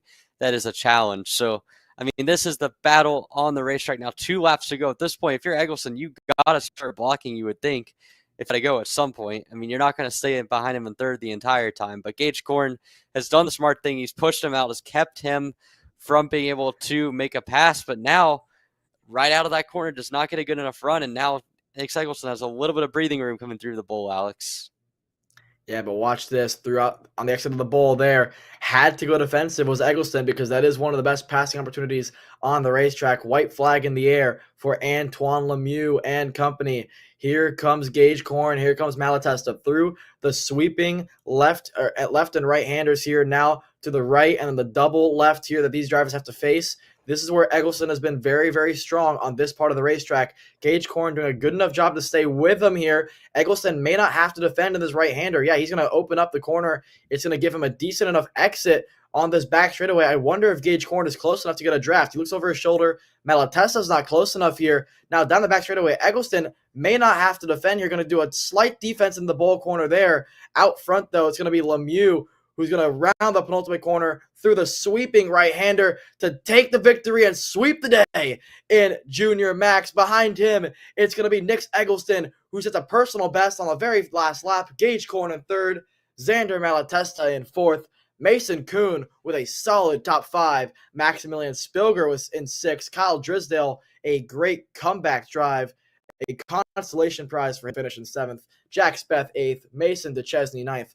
Oliver Walcott rounding out the top 10. No, Killian Harris gets around Walcott at the end there. Killian Harris was up on top of one of the TV carts on the opening lap, had to climb his way back up to 10th. What a run for Killian Harris. It was actually Killian and Kaylee Countryman. So Countryman with a good comeback drive to 12th. What a run for her. And then that's going to complete the field, because Ty Fisher and Cadence Presley didn't get going to take the green flag. Yeah, unfortunate there for Ty Fisher. Unfortunate for everyone caught up in those incidents. I mean, Kaylee Countryman, Killian Harris, and Kyle Drisdale all probably feel like they could have done better, but hats off to Antoine Lemieux. All weekend long, the dominant force, wins yesterday in clear fashion. Today, a little bit of a scuffle in turn 1, but turns around and puts in a statement drive to walk away with the victory. He wins in Junior Max ahead of Nick Eggleston and Gage Korn. Both of them, I think, will be happy given the pace that they had to get on the podium and collect solid points towards another Rotax Grand Finals bid at the end of this year, Alex. I mean, we saw Junior Max, I would say, maybe a little bit more tame after the first lap than we would have expected, but I can almost guarantee you this Micromax final coming up next is not going to be tame in the slightest. Yeah, I mean, they've put on a show for us all weekend long, and I mean, like we've been mentioning all day long here, right? These Micromax kids, there may only be, 6, 7, 8. There's only 10 guys in this class, but the top 3 have been ultra impressive with Tarango, Leipka, and Cam Becker. Obviously, Weigers, Romero, and Underwood have put on a good show for us as well, but with the addition of Connor Leipka to this top 2, making it now a top 3 battle, it has been intense from start to finish, and we're going to have a great 14-lap battle in the next couple of minutes here, Emery. Yeah, I mean, as we head into this race, who do you think of the main 3 has the edge here as we get set to go for this 14-lap final? Do you think it's Leipka? Do you think it's Leipka? Do you think it's Tor? Do you think it's Becker? I think it's Leipka. Honestly, I think I like the way that Connor Leipka's been racing this. I think obviously Tarango there has had great race pace, and Cam Becker as well. Cam Becker's been incredibly impressive, but I think Connor Leipka showed me a lot of maturity in those heat races to be able to hold on to second place both times. He's figured out, Tarango's game plan, which is, utilize the sweepers, almost fade the drivers, and last minute peak out, and Leipka doesn't fall for it, right? And that's what I think is going to catch some of these drivers off guard. And I think, with Tarango, he was used to racing against Cam Becker. It wasn't really Leipka. So now this is almost an unknown for these guys, sort of, right? Because now that they've raced for 2 heats today. But still, I like Leipka. I like what he's been able to do on track. I think this is anybody's race. I mean, you can't count out, the likes of Underwood, Romero, and Weigers as well. Yeah, absolutely not. I think this is going to be a really good battle between the top 3, but really everyone in the top 6 as well. Like you mentioned, I mean, there's a pace on that field. So, I mean, I think we're going to see Romero, I think Weiger as well. They've got a lot of pace to find, I would say, but if they can, we've seen them battle it out for 4th on back, and they put on a show too. Like, we're going to have at a minimum, 2 big battles to watch, and hopefully maybe they can merge together and have one bigger battle for the podium spots, Alex. Yeah, for sure. I think, like you said, no matter what, even if it's a 3-car breakaway out front, the battle for 4th to 6th is still going to be a heater as well. While we're waiting for the last couple of adjustments before the Micromax drivers can take the grid, let's take this time to send it on down to commercial here from our sponsors.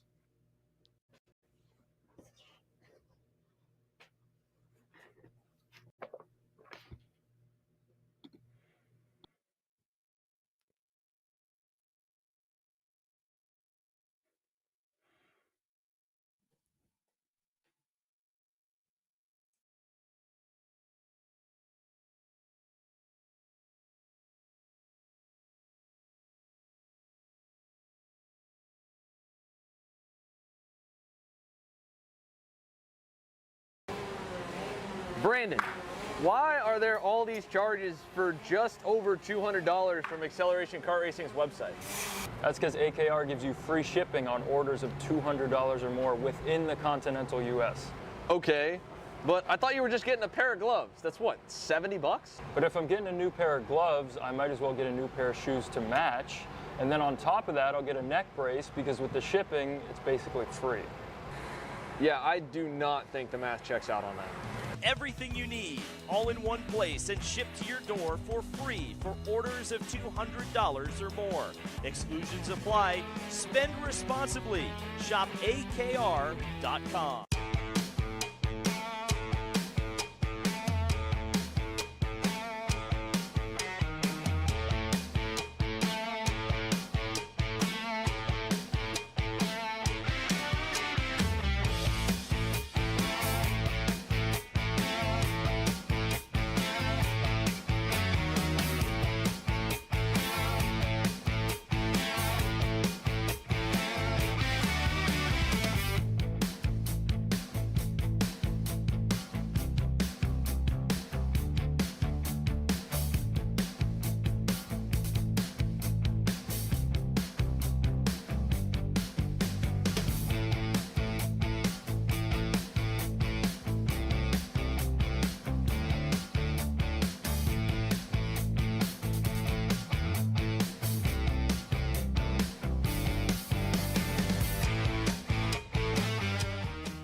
Studies show that even the best current generation of simulators only convince 50% of the human brain that they are real. Here at SimCraft, that just isn't realistic enough. Developed to offer the most realistic karting sim experience in the world, all testing has shown that the physics engine used in SimCraft's Grid 1 model convinces 90% of the human brain that you are actually on track.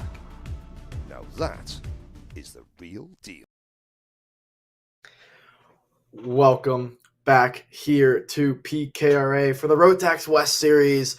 We just got finished watching a great race in the junior max category, but I can guarantee you one thing for those of you watching, this micro max class is going to be a phenomenal one to watch as well. I mean, it's been really the story of Lucas Tarango so it is going to be the mini max drivers there on the track. Okay, so it's going to be Jackson Porter still micro out front. I think this is still micro, Alex. This is still micro. Okay, so we have I think the timing is off, but that is Lucas Tarango out there with Leipka, with Weigers as well. Okay, so this is the micro max class with Tarango, who's been leading the way ahead of Leipka, ahead of Cam Becker. That's been the story. It's been those top three, and then it's been the story of Underwood versus Weigers versus Romero. So that's been the two battles. It's been almost like OG NASCAR racing in terms of, you have your tandems and your trios out there. So it's been fun to watch here. And as they get their first warm-up lap underway here, Emery, what are you excited for and looking forward to this one? Because to me, it's going to be all about Connor Leipka on this one. Yeah, I'm excited to see what Leipka does. I mean, again, starting on the outside in these lower horsepower classes, you're going to lose one, maybe two spots off the line, and that's just kind of how it's been going. But as we finally get the updated timing and scoring, I think there's a lot outside of the top three that we've already covered to look at. I mean, Keaton Weger starting in fourth, Tyson Underwood in fifth, Paxton Romero in sixth. They've had a great battle, like you mentioned. Sebastian Johnson and Yutaka Tsunoda have joined that group at various points this weekend. Braxton Myers, on the shotgun of the field. I don't think he's out there on the tracks. I think it's 9 karts here on the racetrack. So they can work with that. I think Lucas Tarango, Connor Leipka, Cam Becker put on a show the first 2 heats. Keaton Weigers, Tyson Underwood, Paxton Romero also showing up strong. So as we get set to go 14 laps of distance in this one, we're finally seeing the micro max is very slow in the tram lines.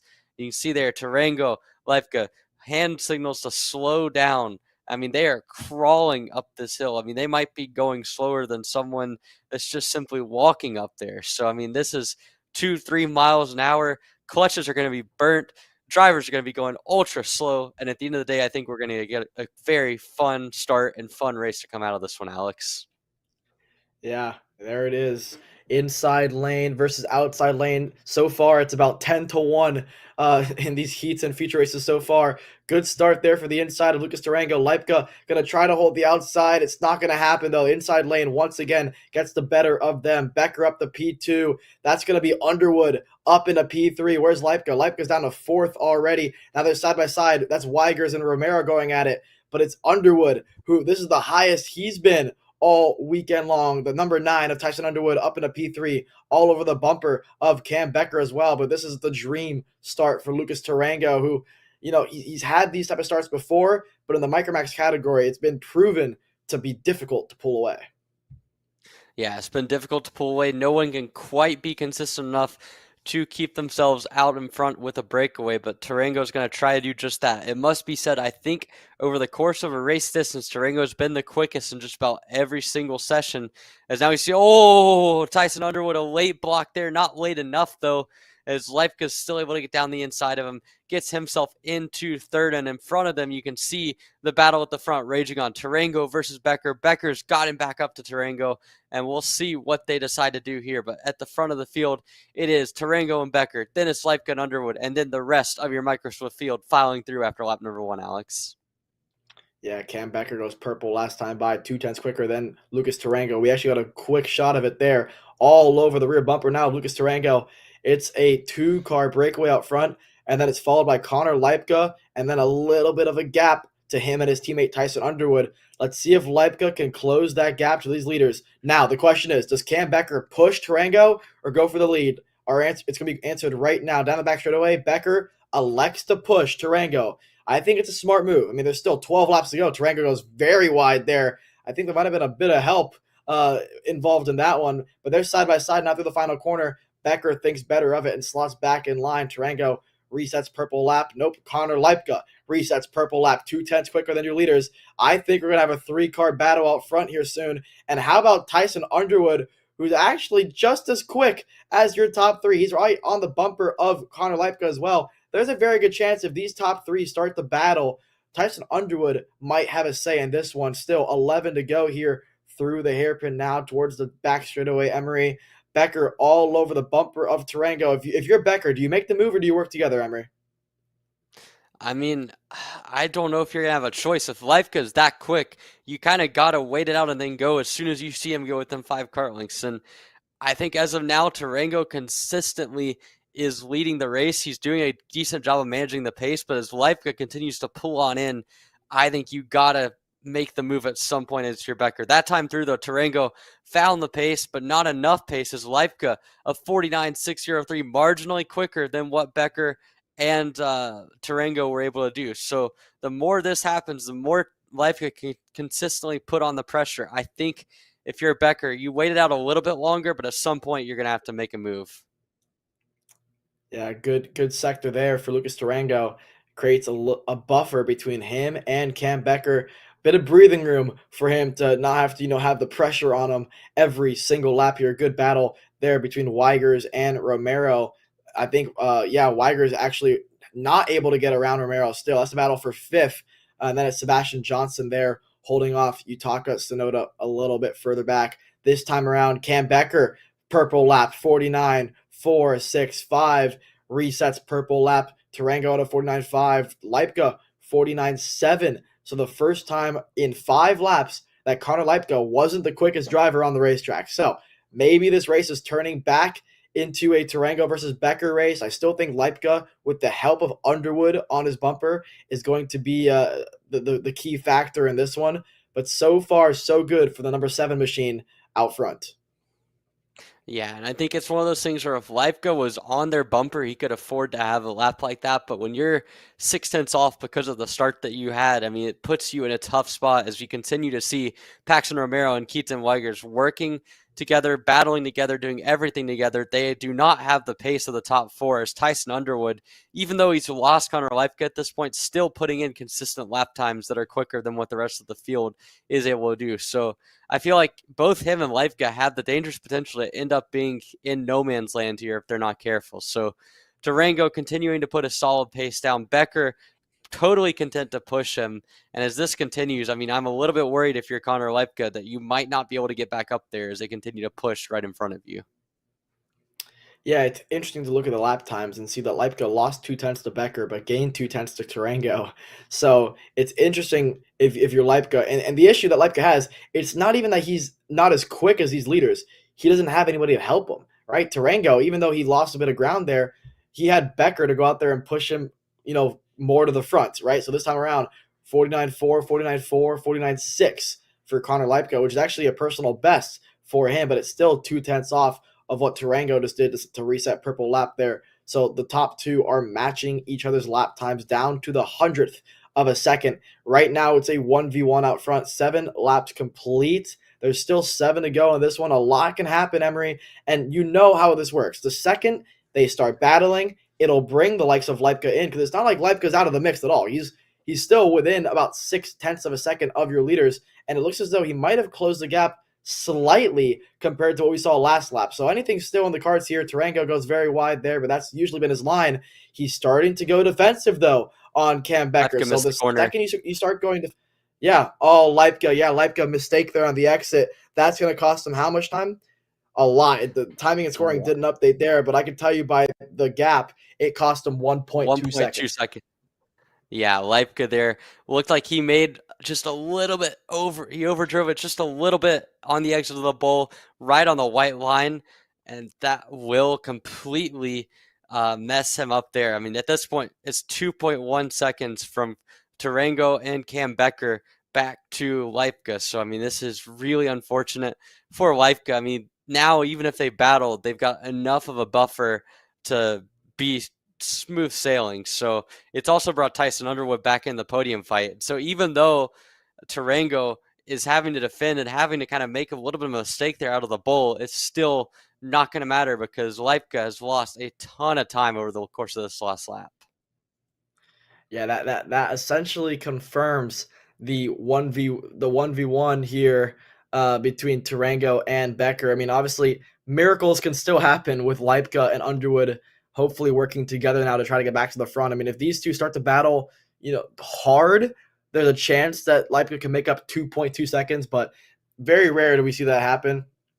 9 laps complete, still 5 to go here in a 14-lap final here for the Micromax feature event. It's still Becker pushing Tarango. There comes a point where, are you being too patient? Are you going to let Tarango defend you out of a victory? So our questions are going to be answered in about 5 laps time here. But so far, this is the first time all weekend long that I can actually say that Becker has almost looked like the stronger go-kart throughout this race. Yeah, Becker looks like he's able to kind of get back up to the bumper of Tarango whenever he wants to. And Tarango's doing an awesome job leading the race and being consistent. That's one of the biggest things that he's been good at over the course of the weekend is when he's in the lead, he does not make mistakes that maybe Leipka and Becker have made. But, I mean, at this point, if you're Cam Becker, there's no point in forcing it now. You're kind of waiting. If I'm him, I go with 3 to go. So that's about 2 laps from now. They completed 9 laps. This is lap number 10 that we're on. So if you're Cam Becker, you wait until right before they get the double sticks, and that's when I would go. You want to be the first kart when you have to start defending. And I think that ideally you don't wait until Tarango starts to block to make the move. I think you've been a good job explaining that there, Alex, that like if you're Cam Becker, the last thing you want to do is get boxed in a second and not have a single opportunity to pass. And I think it's one of the things that it's hard to really learn in one-on-one racing, but hopefully Cam Becker here, for his own sake, can find a way to get an opportunity where Tarango isn't blocking. Because once you get into those last 2 laps, it's hard to make a move without some kind of intervention. Yeah, the one thing I will say, though, as much as, because I agree with you, I've always been one to try to make the move with 3 to go and be the first one to see the 2 to go sticks. But this is one of those tracks. This layout is incredible for racing, but it sets up a lot of switchbacks, and so it makes it tough to defend because if you defend and go wide in the exit, you can get crossed over quite easily. We've seen it multiple times today and this weekend as a whole, and so now lap 12 of 14, 3 to go, 2 to go next time by. So this is where all of a sudden, if Becker can't get around this time, I'm almost certain that we're going to start seeing Tarango go to the bottom of the racetrack. I will give credit here to Tyson Underwood, who's gotten around Connor Leipka and did a 49.5 in doing so. So matching the pace of the leaders last time by, unfortunately for him, 3.1 seconds off the pace of these 2 drivers. Now, down the back straightaway, do we see a move from Cam Becker? No, he still wants to stay behind Lucas Tarango here. So now, Emery, like what we were talking about, Becker's waiting until Tarango is going to have to defend. He's almost waiting and praying for that crossover attempt here. 12 laps complete, 2 laps to go, Emery, through turns 1 and 2. Take it away.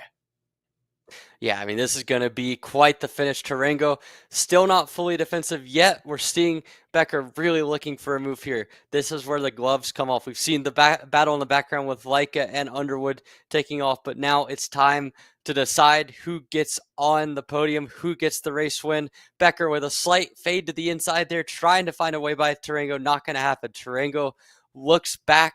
He's going to see that Becker is right there. At this point, it doesn't matter what they do. It's all gloves off here down the main straightaway, down the back straightaway. You can see Tarango with the block, going to swing a little bit wide. Becker goes to the outside. He's going to try to cross him over. Nothing doing there. And as they come onto the main straightaway, Alex, this is going to be quite the last lap as Becker slips to the inside, tries to the inside in turn number 1, and makes the pass heading into turn number 2, Alex.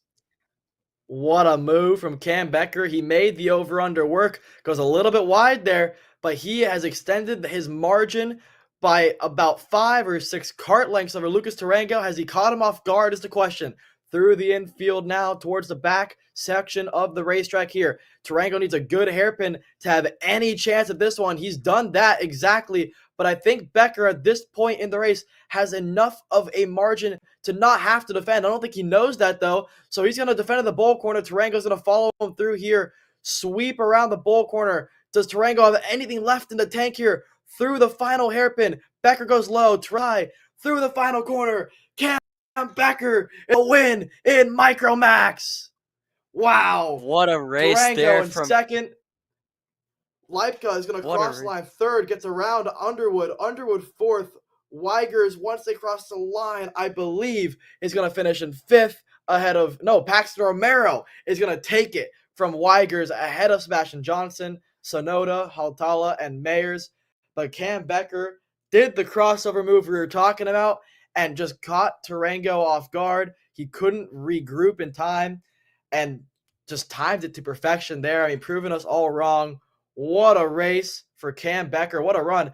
I actually think that was the first lap he led all weekend, or all day, should I say, because it was between him and Tarango and Leipka, and Becker had 2 third-place finishes in the heats. So that was the first lap that he led all day, and it was the one that mattered most. Yeah, there was a lot of patience shown in that entire race from Cam Becker.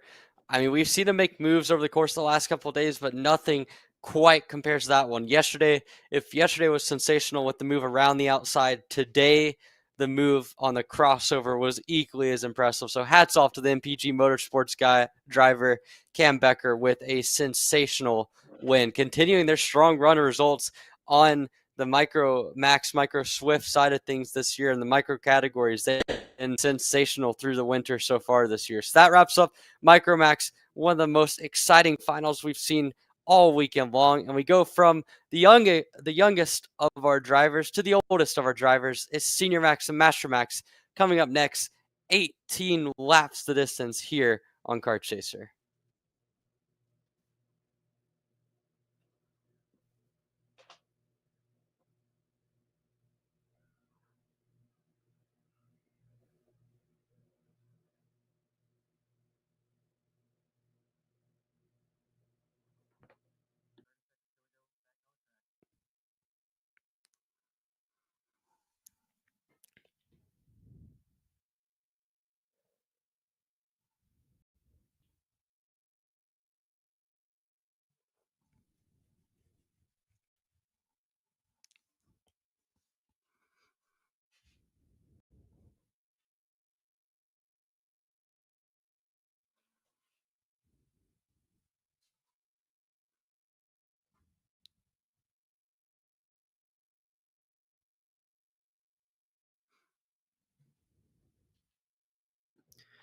All right, welcome back here live from PKRA for the Rotax Max West Series.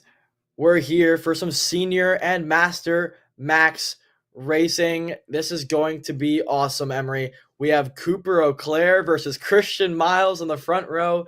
You couldn't ask for anything more. Frederique Lemieux, Griffin Dowler, Oliver Bedard, Giovanni Santora, Josh Campbell in 7th, Bailey Murphy 8th, Josh Feiner, and Macy Williams. He's going to round out your top 10 to start this one here through the warm-up lap. I mean, this is the race that you've all been looking forward to in terms of excitement levels, because there's about 10 or 12 drivers in this one that really have a genuine case that they could win this. But Cooper Auclair versus Christian Miles on the front row. We saw what happened in the first heat. Cooper Auclair couldn't quite catch up to Miles in the second one, but those two, I believe, have some unfinished business to attend. Yeah, absolutely, Alex. I am so excited for this race, literally shaking almost to see how Christian Miles and Cooper Auclair battle it out. But first, they have to make sure that they get through the first corner, because Christian Miles on the outside, we know that the previous full-size class in Junior Max was cut down with Lemieux as well as Drydell making a bit of a move to cause a crash at the start of the race. So this time through, Christian Miles is all about protection and trying to get as much as he can from the outside lane. He knows once they get through the start, he's got the cart that can run up front, but he's got to do it. So it's Auclair, it's Miles, it's looking for the green, 18 laps, Senior Max final. Let's get it. Green flag in the air. You can see a good start from Miles, good start from Auclair, and it's going to be Cooper Auclair getting the whole shot into turn number 1.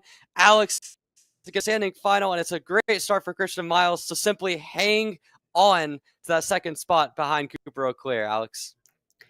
It's about all you could have asked for if you're a TB Kart. Miles able to slot into second place, one of the only drivers to make that work all weekend long here, all day long on this alternate layout. So Auclair, Miles, Lemieux in third, Dowler in fourth, Bedard fifth, Santora sixth, Josh Campbell seventh as they enter the back section of the racetrack there. And Dowler to the inside of Frederic Lemieux. He's through into third. The Red Speed OTK has been a rocket today. There's Josh Campbell in the mix as well in the background. What a start there, I believe, for Giovanni up into fifth place. Lemieux has to go defensive on Santora early here. We're not even done with the first lap, and there's Santora through into fourth. Lemieux getting pushed around early. Some of the drivers learned their lesson from yesterday. You cannot let Lemieux get to the front because she is that quick. So you have to get around her and force her to go back around you. There's Josh Campbell behind her up into sixth. The best start he's had all weekend long. Let's see if he makes a move to the inside of Lemieux. Not going to make it happen, but the TB Karts look strong early. They're second and sixth as they run. Miles going purple last time by.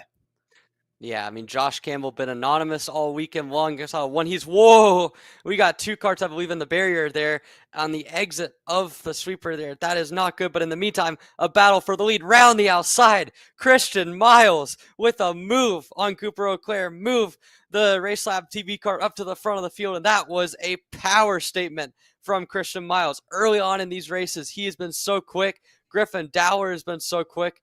And we can see now Christian Miles, for the first time all race, has powered around the outside of Cooper Auclair.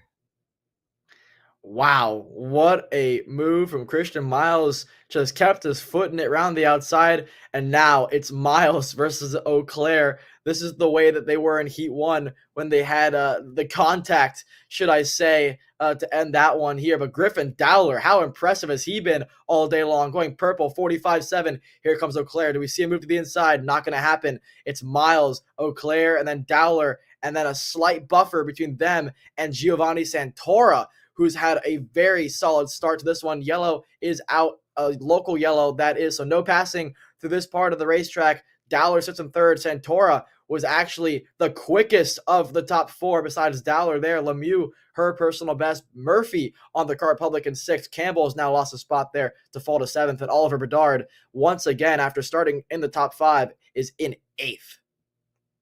Yeah, this is going to get pretty hectic here. You can see Christian Miles bringing the entire top five around all the way back to seventh earlier. Josh Campbell all in the frame here. So 18-lap final. We're in the early stages, but it is going to heat up here. There you can see a slight move to the inside by Giovanni Santora. Nothing doing there. A little bit of defensive driving here by Christian Miles. He's backing the pack up just slightly, just enough to kind of bring the rest of the top five into the group. So Christian Miles into the race lead. He's currently running his personal best, but it's not quite the quickest one out there. Frederic Lemieux up on the 45-7. She's the quickest in that group. But if you want to look at the fastest kart overall, I mean, you got to go all the way down. I mean, actually, it is Lemieux that's quickest. The purple lap has not updated yet. But, I mean, how about it for Christian Miles to move around the outside like he did on Auclair? Now kind of stacking up that lead group. We see five of them. The next two with Murphy and Campbell not too far away. And this race is really shaping up to be pretty exciting here. As, again, Miles, defensive out of the bowl, bringing that pack right up together. We're seeing the top five all condensed here coming out of the final corner, Alex.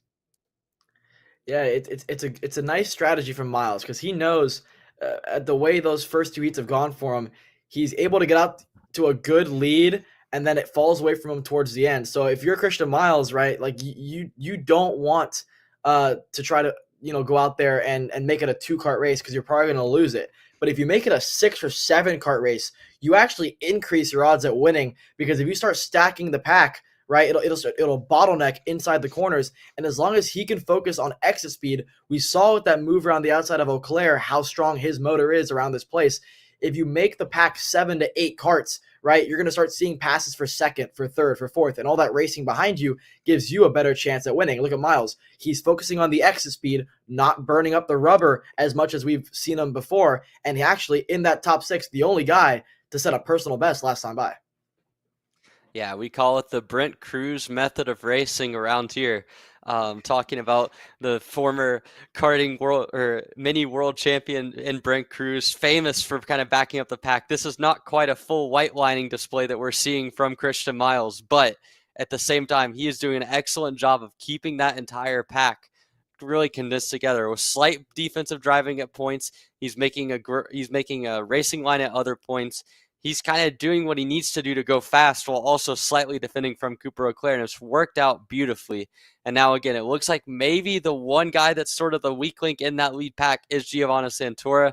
He's lost the back of Griffin Dowler a little bit, and that's by association let Federico Lemieux kind of lose a little bit of time back from that top three. So a slight mini breakaway here from Christian Miles, Cooper Auclair, and Griffin Dowler coming out of the infield. And I think if this continues, maybe Auclair is content to push a little bit, although Dowler is keeping a lot of pressure on him in third. Yeah, but good exit there for Auclair. Has left Dowler this time. Auclair, again, content to sit behind Christian Miles, almost letting him use up his stuff. It's smart driving from Cooper Auclair. These three up front have pulled away slightly over Giovanni Santora, Frederica Lemieux, and Bailey Murphy behind them. And then Campbell has been left behind again as well. And Macy Williams up into 8th. Bedard has dropped to 9th. And then Josh Feiner is rounding out your top 10 so far. Still 10 laps remaining here in this one. Miles doing a great job so far, but it looks as though Auclair at any point could get around Miles if he wanted to. And Dowler as well. Dowler's played a very good race, and I think Dowler is doing a good job staying in the draft enough to where he's saving some tire for the end of this one. Auclair peaked the nose and then decided, you know what? No, I'm going to stick to the strategy that's gotten me to this point. And so Auclair, once again, is okay with being in second as it stands. Yeah, Cooper Auclair realizes there's really no point in being overly aggressive here. Halfway to go. We know Santora is the weak link, and I'm sure he's looked back at least once and seen that, hey, I've got one cart behind me, but usually you can tell when you have one versus many. And so in this case, I'm sure Auclair's looked back, seen that there's really not a whole lot of pressure behind Griffin Dowler, and knows that he can probably afford to be a little bit more patient with this than if it was a 7-cart train and he was at risk of getting freight trained back through the field. Meanwhile, Christian Miles takes a look back, sees he's got a little bit of buffer here. We'll see how that affects how he drives it, but currently the top three continuing to pull away just a little bit from Giovanni Santora and Federico Lemieux. Whoa, Auclair to the inside of Miles, pushes his way through, and Miles going to drop the third. Cooper Auclair now to the lead. We thought he was going to keep it calm and patient.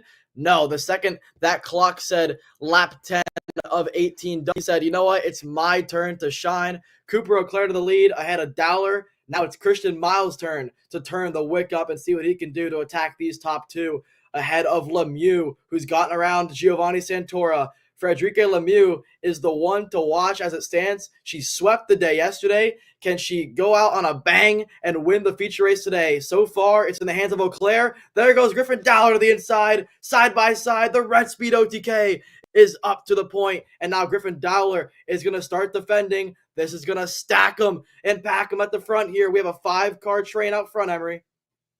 Yeah, let's re-randomize the order and go from here. There's 7 laps to go, and for the first time all weekend long, Griffin Dowler at the point of the field. P1 for the Red Speed machine of Griffin Dowler, and he has looked really good in this race. Bought his time a little bit behind Auclair and behind Miles, who are now right on top of him. Lemieux bringing it back into the discussion. She's gone really fast these last couple of laps. Santora barely hanging onto the draft, but he's still in the picture somewhat as they come down the back straightaway. How patient will Cooper Auclair be? He continues to push Griffin Dowler for this time through. We'll see if he does anything in his favorite passing zone. Dowler goes very defensive there, at least more defensive than what Christian Miles was doing, and that brings everyone back into the picture. So Dowler, Auclair, Miles, all there together coming in through the first few corners, Alex. Yeah, well, that section of the racetrack where Dowler is being defensive, you can afford to do that. If you hold the left-hander there, it's okay because the next corner is a right anyways. So if you slice up wide, the worst that's going to happen, it's going to put you on the apex of the last corner. So Dowler has kind of figured out this layout in terms of where you can and cannot defend, and it's worked to his advantage so far. It looks as though Miles is seemingly eager at this point to get around him. There goes Auclair to the inside. He's through. Miles through as well. Dowler from first to third. Auclair now up to the point. Miles and Auclair, a rematch once again from the first and second heats. It's Auclair out front ahead of the TB Kart of Miles Dowler. But here comes Frederique Lemieux. She's back in the fourth, has pulled away from Santora. 4 karts have a chance at this one as it stands. Yeah, this has turned into a very exciting race. We're down to the last 5 laps. Cooper Auclair now has clean air. He's got Christian Miles and Griffin Dowler right there. Frederique Lemieux, like you mentioned, Alex, been the story of the second half of this race, coming all the way back from about a 7/10 of a second back, now within drafting range of this top 3. And now back straight, Christian Miles going to go, signals to Griffin Dowler, hey, let's send it. And he sends it into the race lead, move Christian Miles to the point, Griffin Dowler into second, and Cooper Auclair back to third as they come through the last few corners, snaking their way through. And for the first time in a few laps, Christian Miles has control of this race again. Well, that's been the story of this one as well. I mean, every single pass for the lead that we've seen has required somebody to be pushing the driver in second. So it's going to come down to, is somebody in third willing to give their race up to help somebody else win, is what it looks like as it stands. But Miles has created a bit of a buffer between him and Dowler, but not enough, because Auclair out of this corner is going to help push Dowler right back to the front here with the help of Frederique Lemieux as well. No one pushing anybody yet, but Dowler, a good run down the back straightaway. Thought about a move there, nothing to it through the sweeping bull corner. Now does Miles go defensive? Not yet. I mean, he goes middle of the track, but not fully defensive as we would have expected. Okay, 3.5 laps remaining now for Christian Miles. They're catching up the lap traffic, but I believe they're going to get the black flag here to get out of the way for the leaders that are coming around. It's still Miles ahead of Dowler, ahead of Auclair. They're catching lap traffic. Let's hope that they can get out of the way for our leaders. Yeah, and it looks like Griffin Dowler struggling a little bit through that infield section. That's kind of the one area he struggles, but he's right back on to Christian Miles. And now with a good push from Auclair down this back straightaway, he might be able to make a move. Miles is going to look back a little bit late, make a late move. Oh, I don't think he committed to it fully, and that's going to kind of stack up Griffin Dowler. They make contact between him and Auclair. They're side by side, and off into the clear goes Christian Miles. Yeah, that might be, I don't want to say that might be all she wrote there, but I don't know if I agree with that move there from Auclair, but Miles going to catch lap traffic here. Is he going to get around them? I don't think so. So this is going to be the one thing that's going to help these drivers in second and third there, as the lapper had to get all the way onto the dirt to get out of the way for these drivers there, as I believe it might have caught out Lemieux. It did. Santora's through into fourth. Look at the lead Christian Miles has. It is over a second. And Dowler knows it at this point. I think Dowler is playing for P2 as it stands right now. Christian Miles off into the sunset now. Santora, the teammate of Auclair, has caught up to the back bumper of Cooper. Now it's a comp kart 3 and 4. So it's Dowler on a 1v2 situation as it stands. Christian Miles has been given an absolute lifeline by the battling for second place here. Auclair, late launch to the inside. He's through. Santora through as well around the outside. What a move. Giovanni Santora, but he's going to get crossed up. Dowler's back through into third. He tried to make the move there to follow his teammate. Couldn't make it stick. Auclair back to P2, but he has a long ways to go to catch up to Christian Miles. Yeah, we're on to the last lap here, Alex. I mean, this is lap 17. This is kind of dire straits here. You can see Griffin Dowler, he might have a chance at Cooper Auclair. This is definitely going to be the end of the race here. Cooper Auclair trying to block from Dowler. Nothing doing. They'll fight for fourth behind him, but at the front of the field. How about it? Yesterday's heartbreak is today's triumph as Christian Miles takes the win for TB Kart and Race Lab. Auclair comes home in second. Griffin Dowler into third.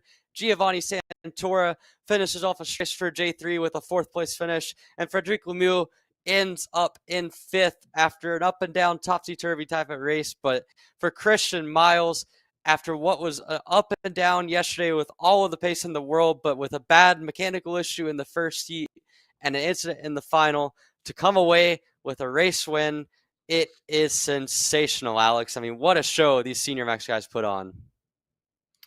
Unbelievable stuff there. And I mean, it was going to be even better if it wasn't for just a little bit of contact that we saw in the center of the bowl corner between Auclair and Dowler, which gave the separation to themselves and Christian Miles out front. You said it perfectly, though.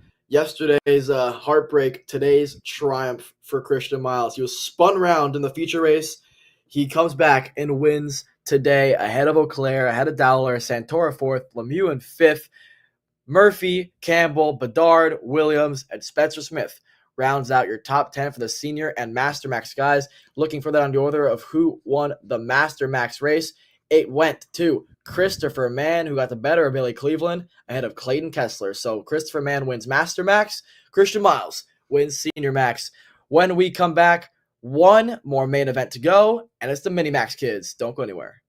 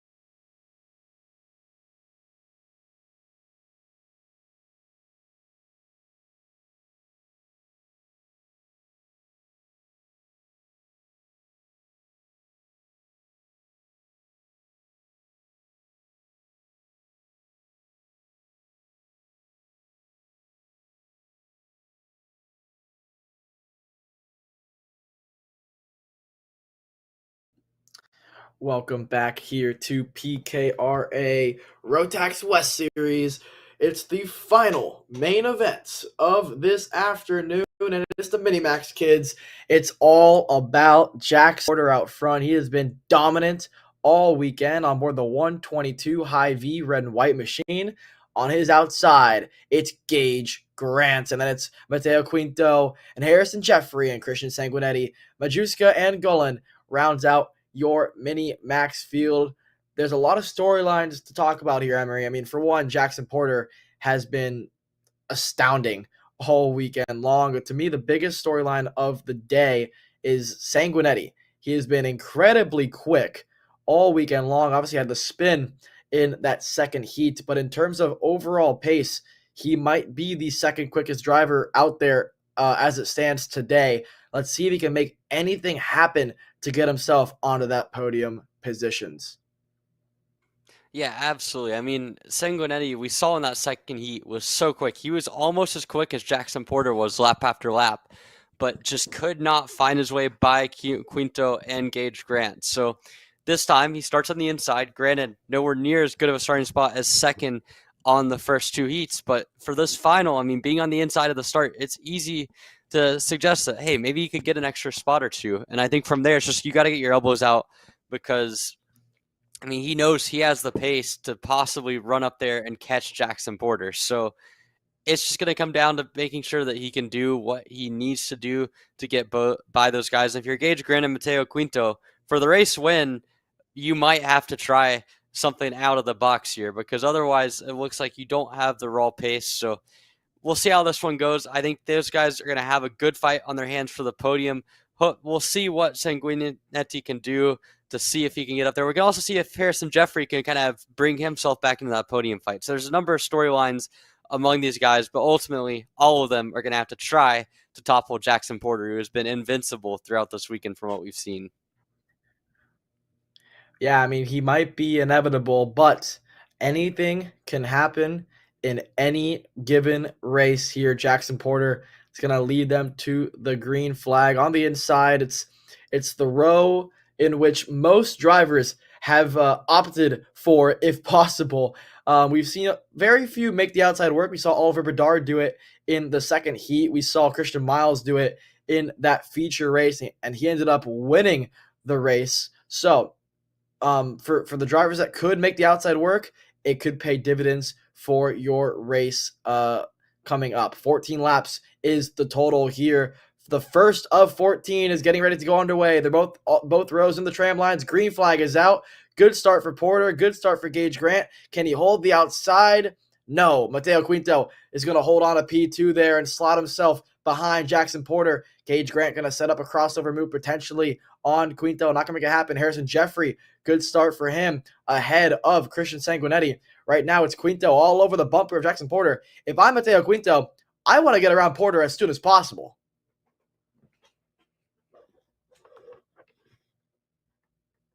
At the end of the day, you're trying to get as much as you can from Jackson Porter. It doesn't matter what you're doing, but if he can try to get within a cart length here, just send it in one of these corners and then play the white line game. That is the way to go if you're Mateo Quinto, because on pace all weekend long, you struggled to match Porter. I think that at the end of the day, he's got the pace right now to where if he wanted to, he could send it at a certain spot, because Porter takes a couple laps to get in. The more that you let Porter kind of get comfortable, get him stretched out, it's going to be a lot tougher to try to pass that 122 High V machine, who leads the official lap number 1, puts us on to lap number 2, and settle a 2 cart length lead, Alex. I don't want to speak too soon here, Emery, but already purple for Jackson Porter and already Mateo Quinto, instead of having to look forward to the cart in front of him, is having to look backwards because Gage Grant is all over the rear bumper of Mateo Quinto. And for those of you who didn't watch that first heat race, it saw Mateo Quinto give the bumper to Gage Grant twice in about 4 laps in the pole corner. And I know Gage Grant remembered that, but maybe Gage Grant's going to put it past him here, give Quinto a push down the straightaway to see if they can catch back up the Porter.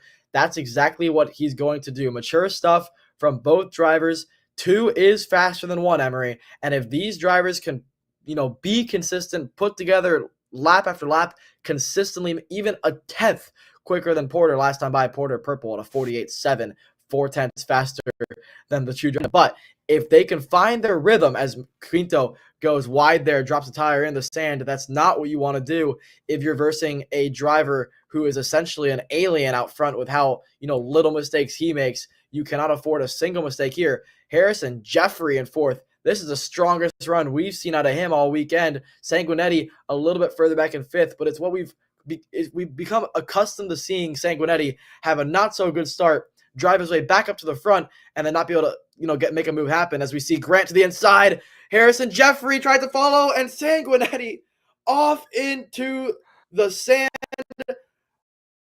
That driver is okay, but he went way off into the sand there, had to avoid a spinning Harrison Jeffrey, who went for a move on Mateo Quinto.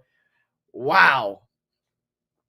Yeah, I mean, that was unfortunate for really both of those guys. Harrison Jeffrey tried to just kind of locked it up there and was unable to keep it from spinning. And then on the flip side as well, if you're Christian Sanguinetti, I mean, unfortunate for him. He just locked up trying to avoid the spinning Jeffrey, and it was all she wrote over the hill. I think he was able to avoid the barrier, or at least not take such a hard hit. But, I mean, really unfortunate. Unfortunately for us, it's kind of taken away a lot of the intrigue of the podium fight, as now it's kind of down to the two protagonists from earlier in the day between Gage Grant as well as Mateo Quinto fighting it out for what's essentially the only battle on the track at this point, as they continue to lose a little bit of time to Jackson Porter every lap.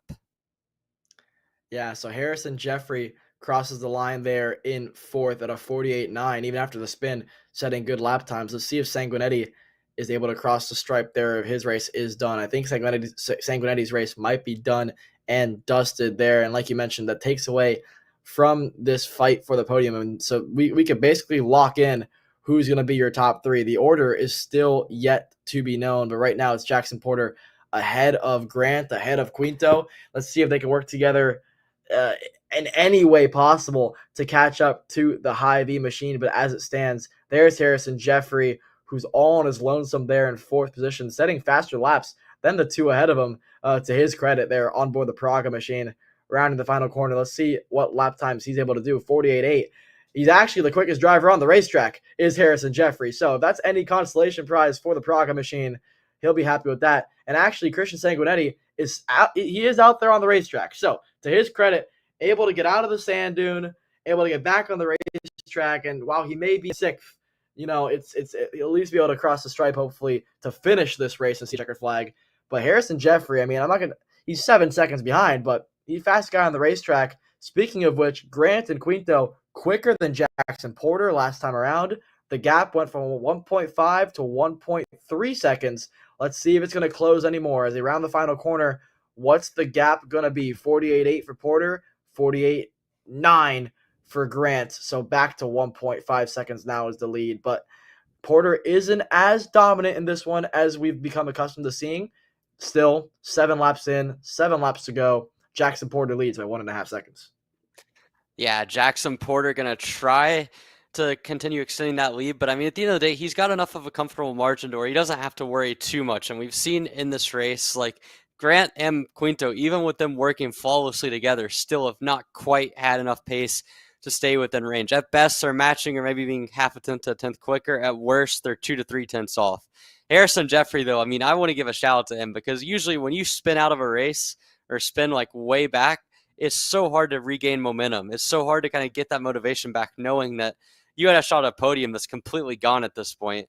And so, I mean, for him to go back and immediately set his fastest lap of the race and be very competitive is so impressive. And it might not end up in a podium today, but it's very impressive for Harrison Jeffrey. And it's also impressive here on this most recent lap for Mateo Quinto, who has found a way to kind of extend his gap from Gage Grant since getting by in the last circuit. So, I mean, Quinto really kind of coming alive here, although he made a mistake out of that hairpin. But these two, I mean, they seem to be kind of magnetically attached to each other over the course of today. So for them to fight it out, we'll see. At this point, they have no reason to really help each other or hurt each other. So we'll see how Grant wants to attack this. But as they come down to the last 6 laps or so, I'm expecting them to start having a little bit of fireworks here, Alex. Yeah, Quinto still leads over Gage Grant as they cross the stripe. The lap times have tumbled for those two drivers in the 49.3 and 49.4 range. Harrison Jeffrey at a 48.7 personal best, quicker than your leader once again. I'll tell you one thing, Harrison Jeffrey, his chances at a victory are probably gone. He's gained 2 seconds to Quinto and Grant over the last 4 laps, even after spinning. So Harrison Jeffrey, his chances at a podium actually aren't done yet. Jackson Porter, of course, this is we're finally going to get him on camera because he's so far ahead of everybody else. The 122 high V red and white machine is absolutely flying. I mean, he's been within the 48.5 to 48.7 range all race long, crosses the stripe 48.8 now. So one of the first times he's been outside of the 48.7 range there. Quinto doing 49.2 and 49.3s. Jeffrey still in the 48.9s as well. That's another 4/10 gained out of your second and third place drivers. If Quinto and Grant start to race, don't count out Harrison Jeffrey for a potential podium after spinning on the third lap of the race. Yeah, I mean, he needs another 0.8 of a second a lap to really have a shot at the podium. But if they start fighting, that time will start to add up pretty quickly. You can see just barely him coming out of that back hairpin. Now down the back straightaway they go. Again, Grant and Quinto content to continue pushing, and they're not really making any inroads on Jackson Porter. They've lost a lot of time, but this is kind of a preventative measure. It makes sure that there's no risk of a crash midway through the race when there's no reason to have one. And it also means that you're really not under fire from having any sort of attack from behind, because Jeffrey, as quick as he's going, and he has been really quick so far in this race, he's still only gaining about 2 to 3 tenths a lap. That last time through was about 2.5 tenths quicker than Gage Grant. But it's not going to be enough for him to get there unless they mix it up in battle. So mature driving here by Grant and by Quinto, maybe not to get to the lead, but certainly just to keep themselves in that second and third positions. Yeah, it's still Quinto ahead of Grant down the back straightaway. At what point does Grant make his move? There's the 121 of Sanguinetti getting out of the way. Respectful driving from Christian, knowing that his race is essentially done, so he's going to let these drivers by to not get in their way of their race. Porter crosses the line now. Here comes Quinto and Grant. Consistent 49.0, 49.1. Jeffrey another 2.5 tenths faster than these two drivers on your screen. With 3 laps to go, it's going to take a bit of a miracle for Jeffrey, but I tell you one thing, I've seen crazier things. If these two start to go at it with 2 to go, I've seen drivers lose 2 seconds a lap when defending. So side by side still for Grant and Quinto as it stands down the back straightaway. Grant all over the rear bumper of Mateo Quinto. I thought he was going to make a move there to the inside. Does he go for it this time around? He thought about it again and decided better of it. Probably a smart decision if you're Gage Grant, who's moving Quinto up the racetrack, returning the favor a little bit from what we saw in that first heat. Good save for Quinto. That was awesome driving from these two drivers there, crossing the line to complete lap 12 there into lap 13. 2 to go here for Mini Max. And I'll tell you what, Harrison Jeffrey took out 0.8 of a second off of Mateo Quinto's lead on him. Yeah, he's going to need a little bit more, but I mean, that last lap got pretty hectic there. So Mateo Quinto and Gage Grant were right there together. Grant kind of pushed his way through. You can see, I think his pushback, either his pushback bumper is on, or he's got some kind of sticker flapping out from the back or from the front bumper. So either way, that shows how hard he was able to hit him there. As he comes to the inside, he's going to go side by side, make the move on Quinto, who did not defend. They're going to go side by side into the last few corners here. There goes Grant to P2. Quinto going to be right on his bumper coming through the final corner, and now down the main straightaway. 1 lap to go for these two, trying to settle out that second place battle. Yeah, the battle for second rages on. Porter is nowhere to be seen because he's in a different state than the rest of these drivers, but it's Grant ahead of Quinto now. In the background is Harrison Jeffrey, who's giving it everything he has. Personal best, 48.6. He closed in a second on Mateo Quinto. There he is. I mean, he's within a second and a half of these two drivers side by side. What a run out of the corner. Mateo Quinto side by side with Gage Grant. They're bumper to bumper here. Mateo Quinto's back through. Grant all over the rear bumper now through the bowl corner. Does he give him the bump and run? He tried to. Mateo Quinto's going to hold on. Here's Jackson Porter crossing the stripe to celebrate a victory and a sweep in the Minimax class. Mateo Quinto's going to hold on to fend off Gage Grant ahead of Harrison Jeffrey, who you can't say he didn't try. A spin and almost podium for the Praga driver there. Harrison Jeffrey, what a run for him. Vesper Majewska, good drive for him as well to finish in 5th. Sanguinetti, unfortunately for him, had a very unfortunate second half of the day to wound up in 6th position. But what a run for Jackson Porter. Sweeps the weekend in Minimax. Mateo Quinto has been impressive all weekend long. He comes away with 2nd. Gage Grant rounds out your podium. Emery, what a race. Yeah, what a race. I mean, first off, Jackson Porter, we barely saw him because he was that dominant. The high V machine, flawless every official session this weekend, put it on P1. What can you say about him? Just so impressive, so consistent. Mateo Quinto and Gage Grant had a good battle, respectful in this one, and consistently ran all the way up inside the top 3. So respect to them. But Harrison Jeffrey and Christian Sanguinetti had to be a little bit disappointed with how their races went, because on Jeffrey's side of things, he had so much pace in this final, within a tenth of what Jackson Porter was able to do.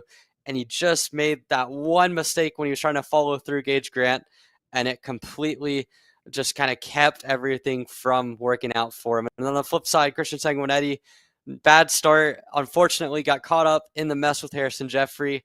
Unfortunate for him, but he'll look to improve on the future rounds, but certainly some great racing from the Minimax drivers. And how about Vesper Majewska as well to round out his weekend with a top 5?